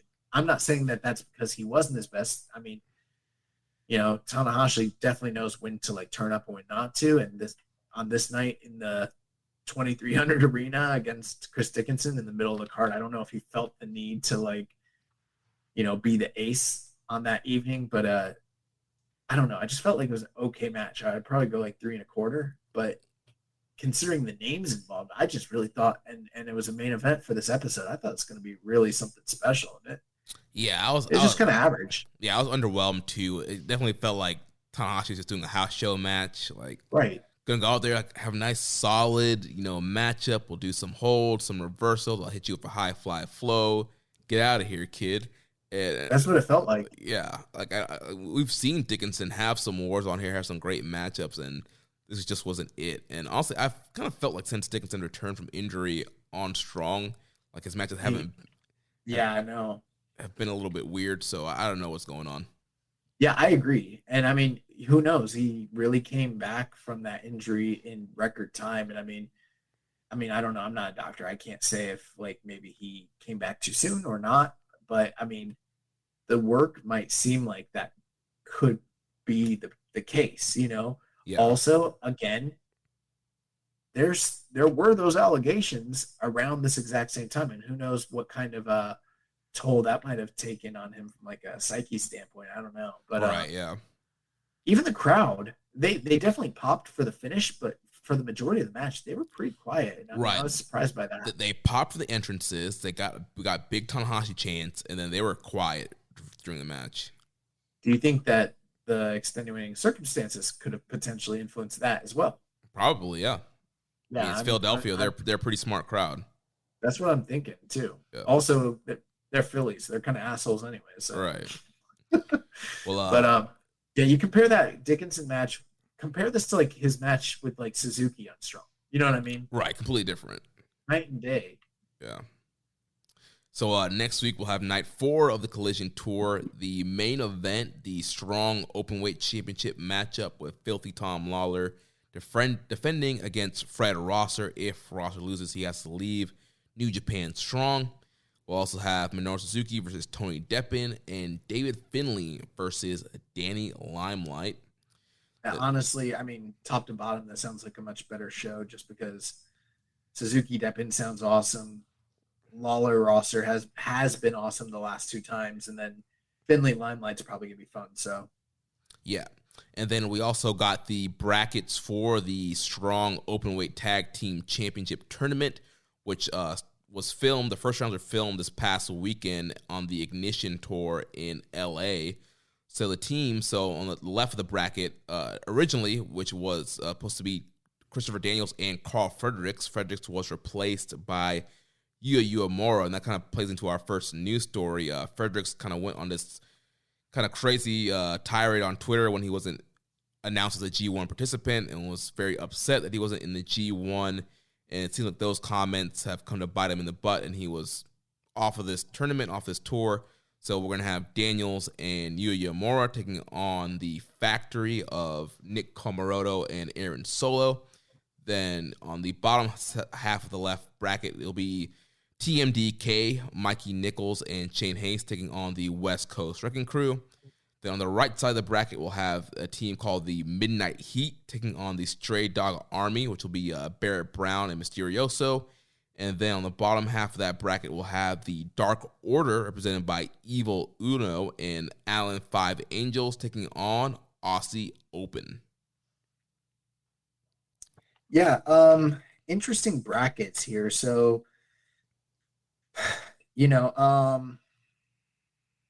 obviously Danielson Fredericks against the Factory, that one makes sense because kind of the continuation of that Factory versus LA Dojo, Fredericks sort of feud.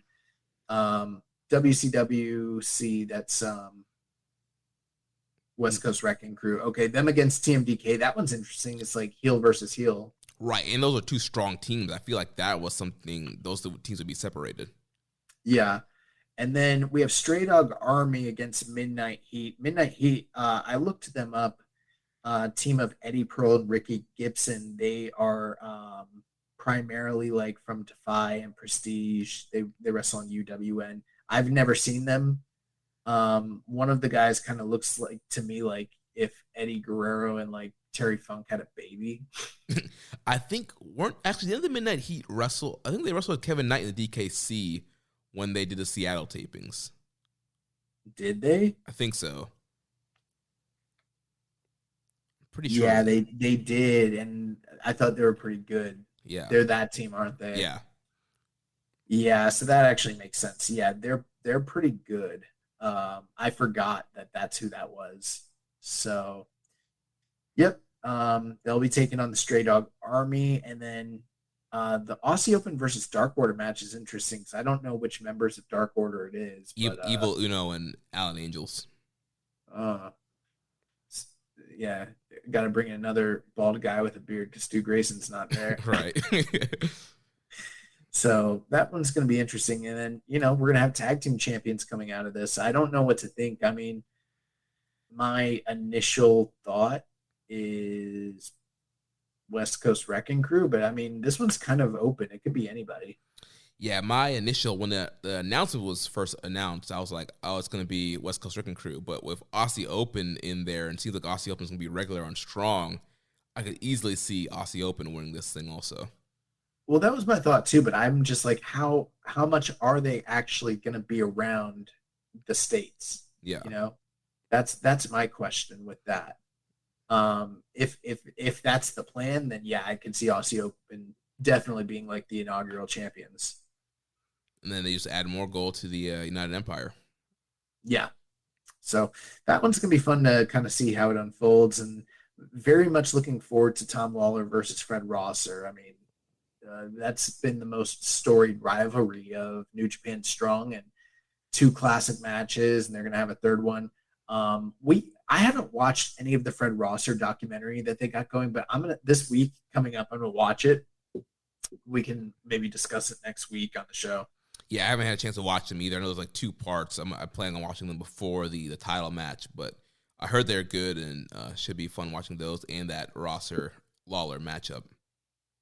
Nice. Well, let's get to the news here. So, first bit of news is Carl Fredericks. There's no other notes. It just says Carl Fredericks. So that's the news on Carl. Like I mentioned in the tournament bracket with Fredericks, he went on Twitter and was complaining about not being a G1 and being very upset. And, talking about, how he poured all his time in and all these promises were made. And so that Twitter rant seems to have removed him from this tournament and the tour, and seems like he might be on a little bit of a, I don't know if it's suspension or a break, but definitely seems like things are not in a good place right now with Fredericks in New Japan. So he's off of the tour, so he's not in this tag tournament anymore? Right. Yuya Mora is replacing him. Oh, I'm having a weird day. I missed that part. So wow, that's crazy. I didn't even know about that. Yeah, he went on Twitter like as soon as G1, he's like, can't believe I'm not, like, he has this whole rant of like not being in it. He's like, promises were made. They're saying, Carl, just stay, don't leave. Like, you're gonna get a spot and blah blah blah. And he's saying, just go on. Bro, they did the same thing. This same thing happened with Ibushi. It did not work out well for. Oh man. Yeah, it's interesting. But yeah, I'll have to take a look at that. That's crazy. Did he delete it all? No, they're still up there. Last time I checked it. Wow. In other news, AEW's Andrade Idolo says he was supposed to face Will Ospreay at Forbidden Door, but the match was changed for political reasons. We touched base on that earlier. We did have a question from Dark Soldier. He said, with Andrade barred from Forbidden Door, could there still be something between Naito and Rush for the show? I just want something featuring Los Ingobernables. And I'm going to guess and say no, because it's Rush, and he's with Triple A and not CMLL any longer. Yeah, and Naito is not a name that I've heard that's going to be at Forbidden Door. The LIJ names I've heard are Hiromu and Shingo. So, See, I had heard that he was going to be there, but I was told like expected trios or something like that. But as of now, it's weird because initially he like cut those promos talking about how he was going to be on the show, but so did Okada, and neither of them are there. So I don't know. Yeah. In other news, on July 1st, GLEAT, there will be a big, it's their third anniversary show, right? I think so, yeah. Takanori Ito will be wrestling Yuji Nagata in UWFI Rules match. T-Hawk, Onitsuka, and Alex Zane and Shigeru Iri will be taking on members of the House of Torture. So there's going to be some New Japan representation on that GLEAT show. Takanori Ito versus Yuji Nagata, that's one to definitely mark your calendars for. UWFI Rules, it's going to fucking rule. In other news, this past week from All Japan, on the June 12th show at Corkin Hall, they drew just under 1,000 fans, built around a trios tournament. In the main event, Jake Lee teamed with Yuma Aoyagi and Shuji Ishikawa. They beat Kento Miyahara, Minoru Suzuki, and Suwama in 20 minutes and 33 seconds when Lee used the D4C to beat Kento Miyahara. And then on June 19th, the Voodoo Murders, Suwama and Taru, they defeated Dan Tamura and Yuji Nagata in 11 minutes and 55 seconds. And there was the crowning of a new All Japan Pro Wrestling World Junior Heavyweight title champion as Tiger Mask 4 defeated Hikaru Sato in 14 minutes and 51 seconds. We had a question about this. Hawaiian Punch BB said, the old on top train keeps rolling along. Tiger Mask was able to win All Japan's junior heavyweight title. Do you think this set the stage for Yuji Nagata to take the Triple Crown in order to become the fifth man to complete the trifecta? Well, yeah, man. It seems like all these other Japanese promotions, they're giving spots to the olds of New Japan, giving them the big push. My man Kojima is champ now, and now we have Tiger Mask as a junior champion in All Japan. So, yeah, these dads are just going to keep on getting bookings. Pretty soon, Tenzan is going to be like, what, 0-1 champ or something? Possibly. I don't want to pretend to be like the end-all, be-all, know-it-all about all of Japanese, pro resu. But, I mean, Hikaru Sato, that's a name that I'm pretty familiar with. And, he's not necessarily spring chicken himself. And I'm pretty sure he's on, like, he's a freelance guy. So it's not like they had Tiger Mask go out there and like kill one of their younglings or something like that. So, that this is kind of like a, I don't know, unilateral change more so than anything else. So, but it is kind of cool. I mean, Tiger Mask 4 world champion, 2022. But that is going to do it for the news. We're going to jump into the questions and the recommended matches and get out of here. Yep, so Hawaiian Punch PV asked, were you able to watch the Jiri versus Glover fight this past weekend? Serious fight of the year contender. It's Yuri. Yuri. And yes, I saw it live. And let me tell you, one of the greatest fights in the history of MMA, period. If you haven't seen it, go out of your way to see it. For modern, I mean, like I've got a list of like fight of the year candidates going back to like 1992. And I've also got a list of like pre-93, fights to all, I've got I don't know, I'm fucking weird like that, but I've got like a match of the year and then runner up for every year from 93, well, starting in 92, but more realistically from 93 up until like now. But like for modern fight fans, like two of the fights that I can probably list that everyone kind of knows, like let's say John Jones versus Gustafsson 1 or Lawler versus McDonald 2. Those are probably two of the more really famous like fight of the year candidates. This fight was in the same league as both of those. One of the greatest wars in the history of MMA. So if you haven't seen Yuri Prohaska versus Glover Teixeira, you definitely want to see it. It was incredible. Yeah, I haven't seen it, but yeah, I heard it was absolutely incredible. So I'll have to check that out. Bro, he stopped this man with like 34 seconds left, and he was losing. I actually didn't know who was winning the fight. Like, it was so back and forth that I didn't know who was actually winning on the cards. But I thought Yuri was going to eat him up. Like, Glover's one of my all-time favorite guys, but I just, I don't know. I thought Yuri was just stylistically a bad matchup for him, but man, oh my God. Just a crazy fight. If you guys haven't seen it, you got to watch it. It'll blow your mind. He also asked thoughts on Beterbiev's demolition job on Joe Smith Jr. Do you think that Bivol and Canelo are lucky that they have the potential rematch to fall back on and completely avoid Beterbiev for now? Beterbiev. Yes. So I watched that fight. It was on ESPN Plus, and I thought he would pretty much run through Joe Smith Jr., and that's exactly what he did. 2 minute, 2 rounds, and got him out of there.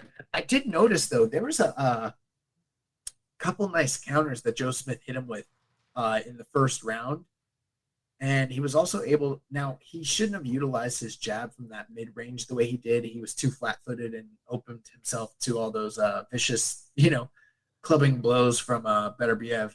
But I gotta tell you, I think Bivol could beat Beterbiev. I'm not saying he will for sure, but he's a good enough boxer that I think he could beat Beterbiev. So I really want to see that fight. Now, Canelo, hell no. I've been saying this for a long time on the show. Canelo is too small for 175. He's lucky that he beat Volkov or Sergey Kovalev. God, what's wrong with me? Yeah, he was losing that fight to Kovalev, and he's lucky he knocked him out. But like, it's just too much weight. He's too small. Like, his frame isn't built for 175. Those guys are much bigger than him. But yeah, I'm not convinced that Beterbiev is going to beat Bivol, to be honest with you. I think I'd give the edge to Bivol.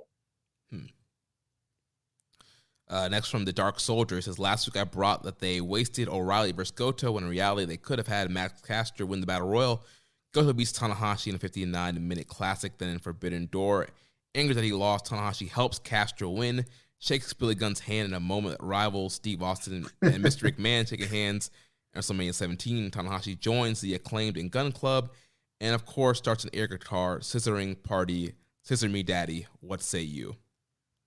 Well, this is so stupid. I do, bro. I pop every time they say "scissor me, daddy." Scissor me. No, he says "scissor me, ass, daddy." Doesn't Yeah. He? It's so stupid. Yeah, the Acclaimed and Gun Club, they're getting over. Bro, they're funny. Yeah, they are pretty funny. He also asks, with Bread Club Emperor Satoshi Kojima as a GHC heavyweight champion and Noah with their level of old guys, is there a possible chance for Kojima to defend the belt in a New Japan show? Possibly. I mean, who knows? Probably not, but who knows? Yeah, I'd be kind of surprised if they did. It seems like even though they're using a New Japan guy, they're definitely wanting to keep things still separate. He says, speaking of Noah, should Kongo and Kiyomiya just leave Noah and join NJPW? It'd be awesome and bring some new life to the roster. I mean, yeah, that would be awesome. I mean, I don't know how realistic it is, but sure. Yeah. I mean, obviously getting new guys, especially those talented guys, would be cool. But, most of the times in Japan, guys kind of stay where they are for life. So, but we'll see what happens with those guys. Let's Commission 7252 says, from hearing the podcast for almost a year, if I could see you guys in a faction, I could see Jeremy in the main unit as Tanahashi's second when he's in a big match main event, while I see Josh in Suzuki-gun as he relates to El Esperado because he can disrespect anyone in a heartbeat like he does Yo each week on the podcast, but still be funny and loved by his fans. What do you guys think? Sounds pretty accurate. Yeah. Like Jeremy's definitely a white hat. Like he's like, a Kota Ibushi or Tanahashi figure. Whereas like I'm probably more like a Despy or like a Taichi, like or Naito, like someone who sees themselves as being those guys, but like is really like pissed that they're not. So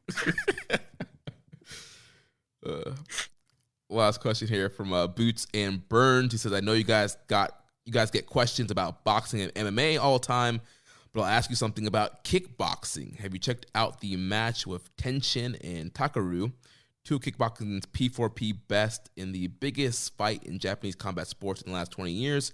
It packed the Tokyo Dome with 56,399 fans and had a gate of $25 million. Do you think New Japan will ever reach at least 45K in the Tokyo Dome? The crowd was also the loudest I've heard a Japanese crowd in the post-COVID era. Why are Japanese combat sports crowds able to make noise while Puroresu crowds are still stuck with clap only? So yes, I gotta be honest. Like I'm not the biggest or most knowledgeable individual when it comes to kickboxing. Like I definitely like have done a lot of like research when it comes to like the heyday of like Glory and K1 and stuff like that. But and I mean I love it, but I do really like it. Like if you throw on like some K1 or like a Glory event, I'll watch it for sure. But I don't know all the fighters. I don't know all of the I'm just not as familiar. I did see something about Tenjin and Takaru, but I didn't even understand what it was or the significance of it. So this actually kind of gave me a little bit more background. I do think, though, that New Japan on multiple occasions has done more than 45K in the Tokyo Dome.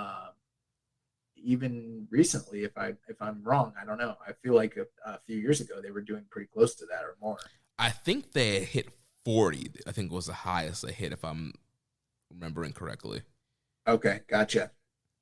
But yeah, I'll definitely check it out. I mean, another fight that I want to check out is the Katie Taylor versus Amanda Serrano fight. That's a fight between the two greatest pound for pound women fighters of all time. That happened in Madison Square Garden like a month or so back.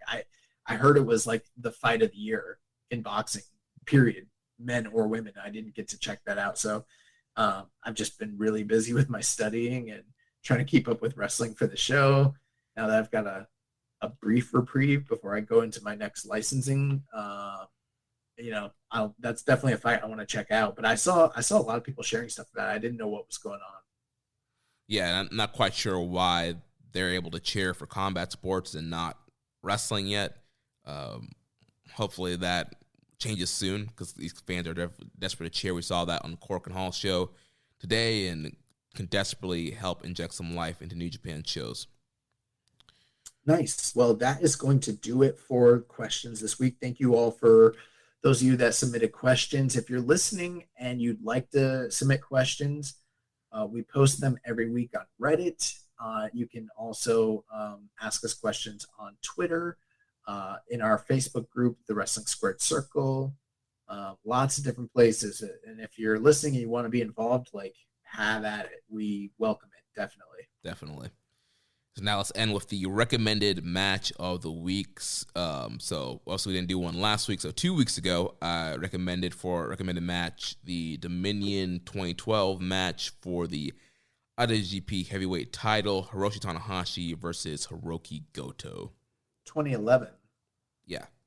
Okay, you said 2012. I was like, did I watch the wrong match? Oh, yeah, 2011. Yeah, so this one was really, I said this a couple weeks back that I believe that this was, pretty much heralded it as the best of all the Goto Tanahashi matches. And I went and watched this. Did you catch this, Jeremy? Yeah, I did. Really, really great match. At this point, Tanahashi and Goto have a lot of history with one another, and they've kind of been trading wins back and forth. And the story here is that Goto has, up to this point, he's had glory in New Japan. He's won G1. He's won New Japan Cup on multiple occasions. And he's challenged for not only the IWGP title, but also the GHC Global Honored Crown title multiple times as well. And he's never been able to win the big one. And so it felt like at this point, the stars had kind of aligned. This match was actually set up coming off the cusp of Goto leaving New Japan and going to Mexico and spending a brief period of time over there kind of recollecting himself. When he came back with a fresh, bold new attitude and his new finisher. I forget what the Shouten, is that what it's called? Yeah, Shouten, yeah. Yeah.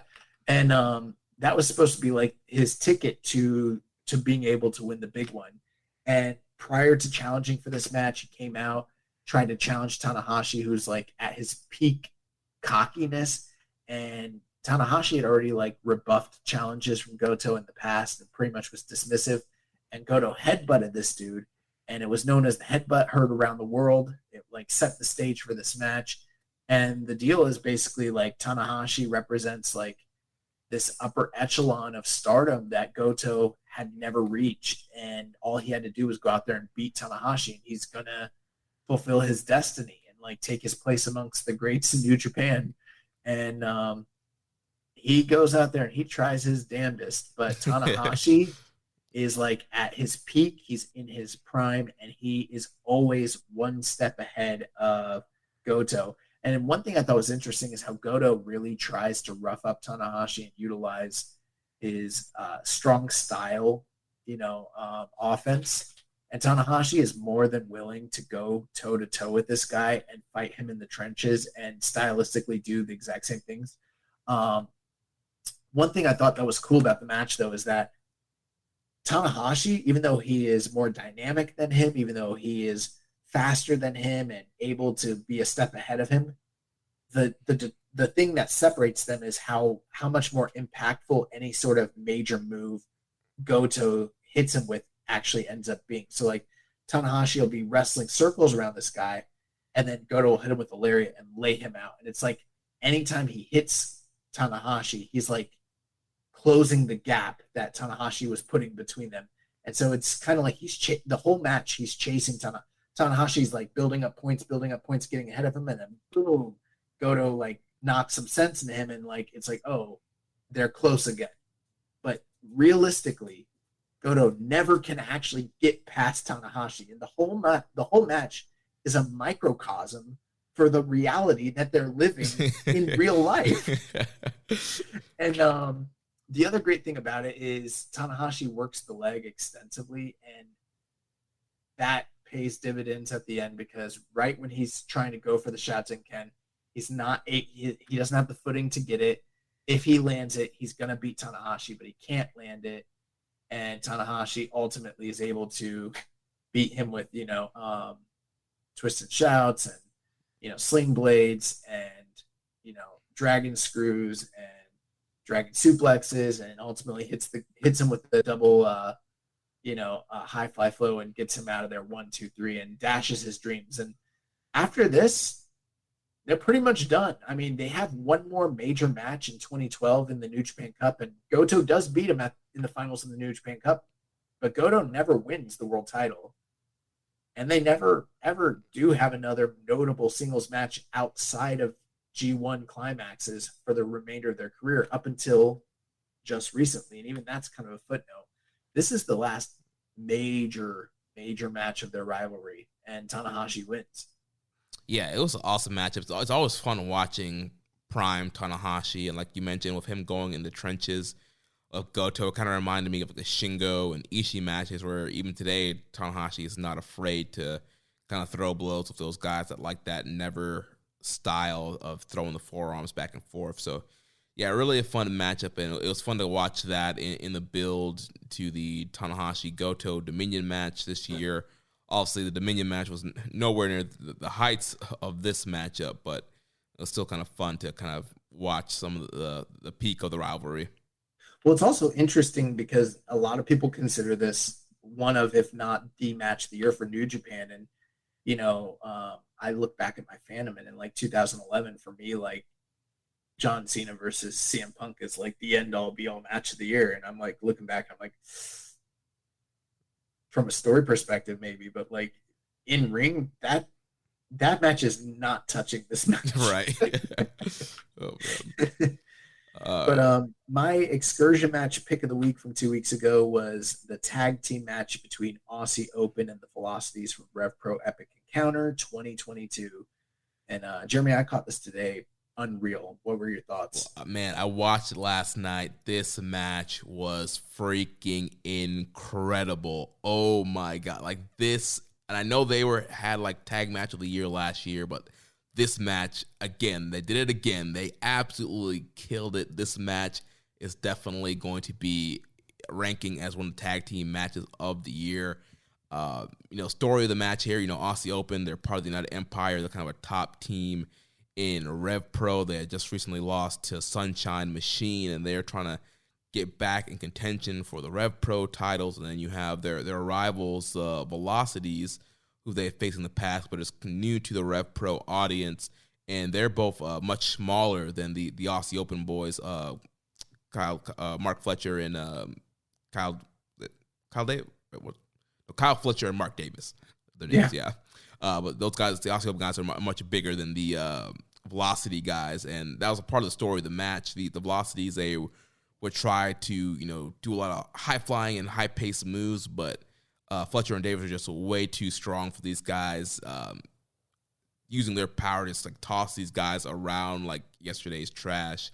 The crowd, like I said, Velocities are kind of new to the Rev Pro crowd. They're pretty quiet to the match towards the beginning, or they're just mainly chanting for Aussie Open. By the end of this thing, there was dueling chants, there were standing ovations, people were all in on the Velocities, and they just did so many crazy moves and sequences. There was a shooting star DDT. They did like the reverse tombstone destroyer. There was dives. Like there was just so many. Like I was like popping and marking out so hard for just all the crazy like moves and sequences that these teams are doing, and it just shows you like these teams are like two of the best in the world, especially Aussie Open. I feel like the Velocities were at some points a little bit sloppy compared to Aussie Open, but I feel like Aussie Open was there to kind of tighten things up for them. But man, there was so much great moves, and like the crowds at the end was like living and dying with every near fall that the Velocities were getting on Aussie Open. And towards the end, Aussie Open hit their double team move off the top rope on one of the Velocities and got the win for the team. So awesome matchup. If you have not watched this matchup yet, there is a link of the show floating around on YouTube. I highly recommend watching this matchup. It was so awesome. Yeah, absolutely. I mean, it was freaking unreal.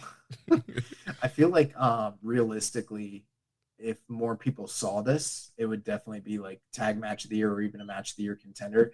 And I mean, I personally, looking back on this is better than the Young Bucks and the Lucha Brothers from that Rampage show from LA recently, which in its own right, that was incredible. This was better than that. And this is on the same level as FTR versus the Briscoes from Supercard of Honor, except this might not have had the same level of hype and level of ambiance from the crowd. But if you put this match in that same environment, this is the better match. Yeah, this match was absolutely incredible. Yeah, I mean, and the moves, just the pace, holy crap. Incredible. If you guys haven't seen it, you need to see this match. Now for this week, my pick for excursion match of the week will come from GCW I Never Liked You from this past weekend, June 19th, with Will Ospreay versus Nick Wayne. Yeah, I've heard a lot about this. I'm surprised you did not pick the GHC title win of of Satoshi Kojima, but yeah, I heard great things about this match, and I'm definitely looking forward to checking it out. So that will be awesome. And then my recommended match of the week, in the spirit of AEW versus New Japan Pro Wrestling Forbidden Door, I have gone ahead and picked a match from WCW Super Brawl 1991, the main event, as the NWA World Champion Ric Flair takes, or no, I'm sorry, the WCW Champion Ric Flair takes on the unified NWA and IWGP Heavyweight Champion Tatsumi Fujinami. Nice. So, And this match is kind of interesting because Fujinami and Flair were the top two guys of their respective companies. Obviously, Ric Flair's the top guy from, you know, the Crockett days and from the territories, and the long-standing NWA champion. And moving into the 90s, he's the top guy of WCW. And then you've got Fujinami as the de facto top guy of New Japan, following, you know, the retirement announcement of Antonio Inoki. So you've got the two most loved guys of their promotions, and also the most respected workers of the 80s in their respected companies, both champion versus champion. They had a match earlier in the year in the Tokyo Dome where it was champion versus champion. And this is where it gets a little confusing. In WCW, there were two championships. There was the WCW world title and the NWA world title, but they were both represented by the big gold belt, just one title. And the NWA was still its own separate sanctioning body that existed outside of the WCW, which was owned by Ted Turner. And when they had this match, he was still just the champion, Ric Flair. He was the champion of the NWA and WCW. It was like a synonymous thing. And they did a title for title match. And in the match, Fujinami beats Flair in the Tokyo Dome and basically wins the NWA belt. But WCW didn't want to recognize the title change, so they actually had Flair go home with the big gold belt. And they said that he didn't lose the, like when they did the actual US broadcast and version of the tape, they said that he never lost the title because he got thrown over the top rope in the middle of the match, and you can't lose the title when you get thrown over the top rope. And so they said that it was an error by, they did a dusty finish. They said it was an error by the Bill Alfonso, who was the referee at the time. And so they said that like he messed up, and then the Japanese officials did a bad call. And so even though it looked like, quote unquote, Fujinami won the WCW belt, he didn't actually win it. When in actuality, what happened is the NWA board decided to sanction his win, but WCW did not. And so it created like a whole fiasco. And like Flair went home with the belt, but like Fujinami's still the NWA and IWGP champion. And so the match at Super Brawl, from the US perspective of the fans, they just think it's a guy coming in to challenge for the WCW belt. But from the Japanese audience's like perspective, it's the NWA champion coming in to claim the you know, disputed version, the WCW belt. It's very like interesting stuff. But the match is very good, but and underrated as well. Nice. Looking forward to checking that out, especially in the build to Forbidden Door. Well, that's going to wrap things up for us this week. Next week, we'll be back to review Forbidden Door. If you enjoyed today's show, please consider making a donation by visiting socialsuplex.com/donate and click on the donate button under the Keeping It Strong Style logo. Make sure to connect with us on social media. On Twitter, the show is at KI Strong Style. You can follow me at Jeremy L. Donovan. Also follow the network at Social Suplex. On Facebook, we're facebook.com/Social Suplex. Also, you can find us in the Facebook group Wrestling Squared Circle, facebook.com/group/Wrestling Squared Circle. On Instagram, we're at Social Suplex. On Reddit, I'm the Pro Black Guy. That's just Keeping It Strong Style. You can email me, jeremy@socialsuplex.com. Check out our Discord server, Social Suplex Podcast Network. And check out all those shows that we have here on the network. One Nation Radio, hosted by Rich Latta and James Boyd. The Grave Consequences, hosted by Caleb and Maserati. All Things Elite, hosted by Floyd and Austin. The AEW Match Guide podcast, hosted by Sir Sam. And the Great Match Generator, hosted by Danny. Don't forget to subscribe and leave a rating and review. And we will catch you next week on Keeping It Strong Style, the ace of podcasts. Ichiban. Thank you for listening to Keepin' It Strong Style. We'll see you next time.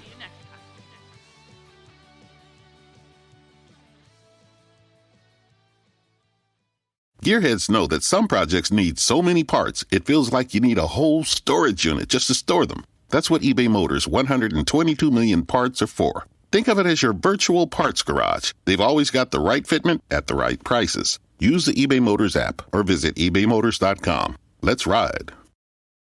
Target has Laundry Day covered because they offer a great selection of concentrated Tide Pods to help with all your laundry needs. Tide Pods clean, freshen, and help rejuvenate your clothes with odor fighters and stain removers. Did you know Tide Pods clean better than the leading liquid bargain detergent? Tide Pods are powerful enough to make your whites white and your brights bright, even in cold water. Just toss in 1 Tide Pod for small loads, 2 for medium, 3 for large. It's that easy. For great value and convenient pickup options, get Tide Pods today at Target.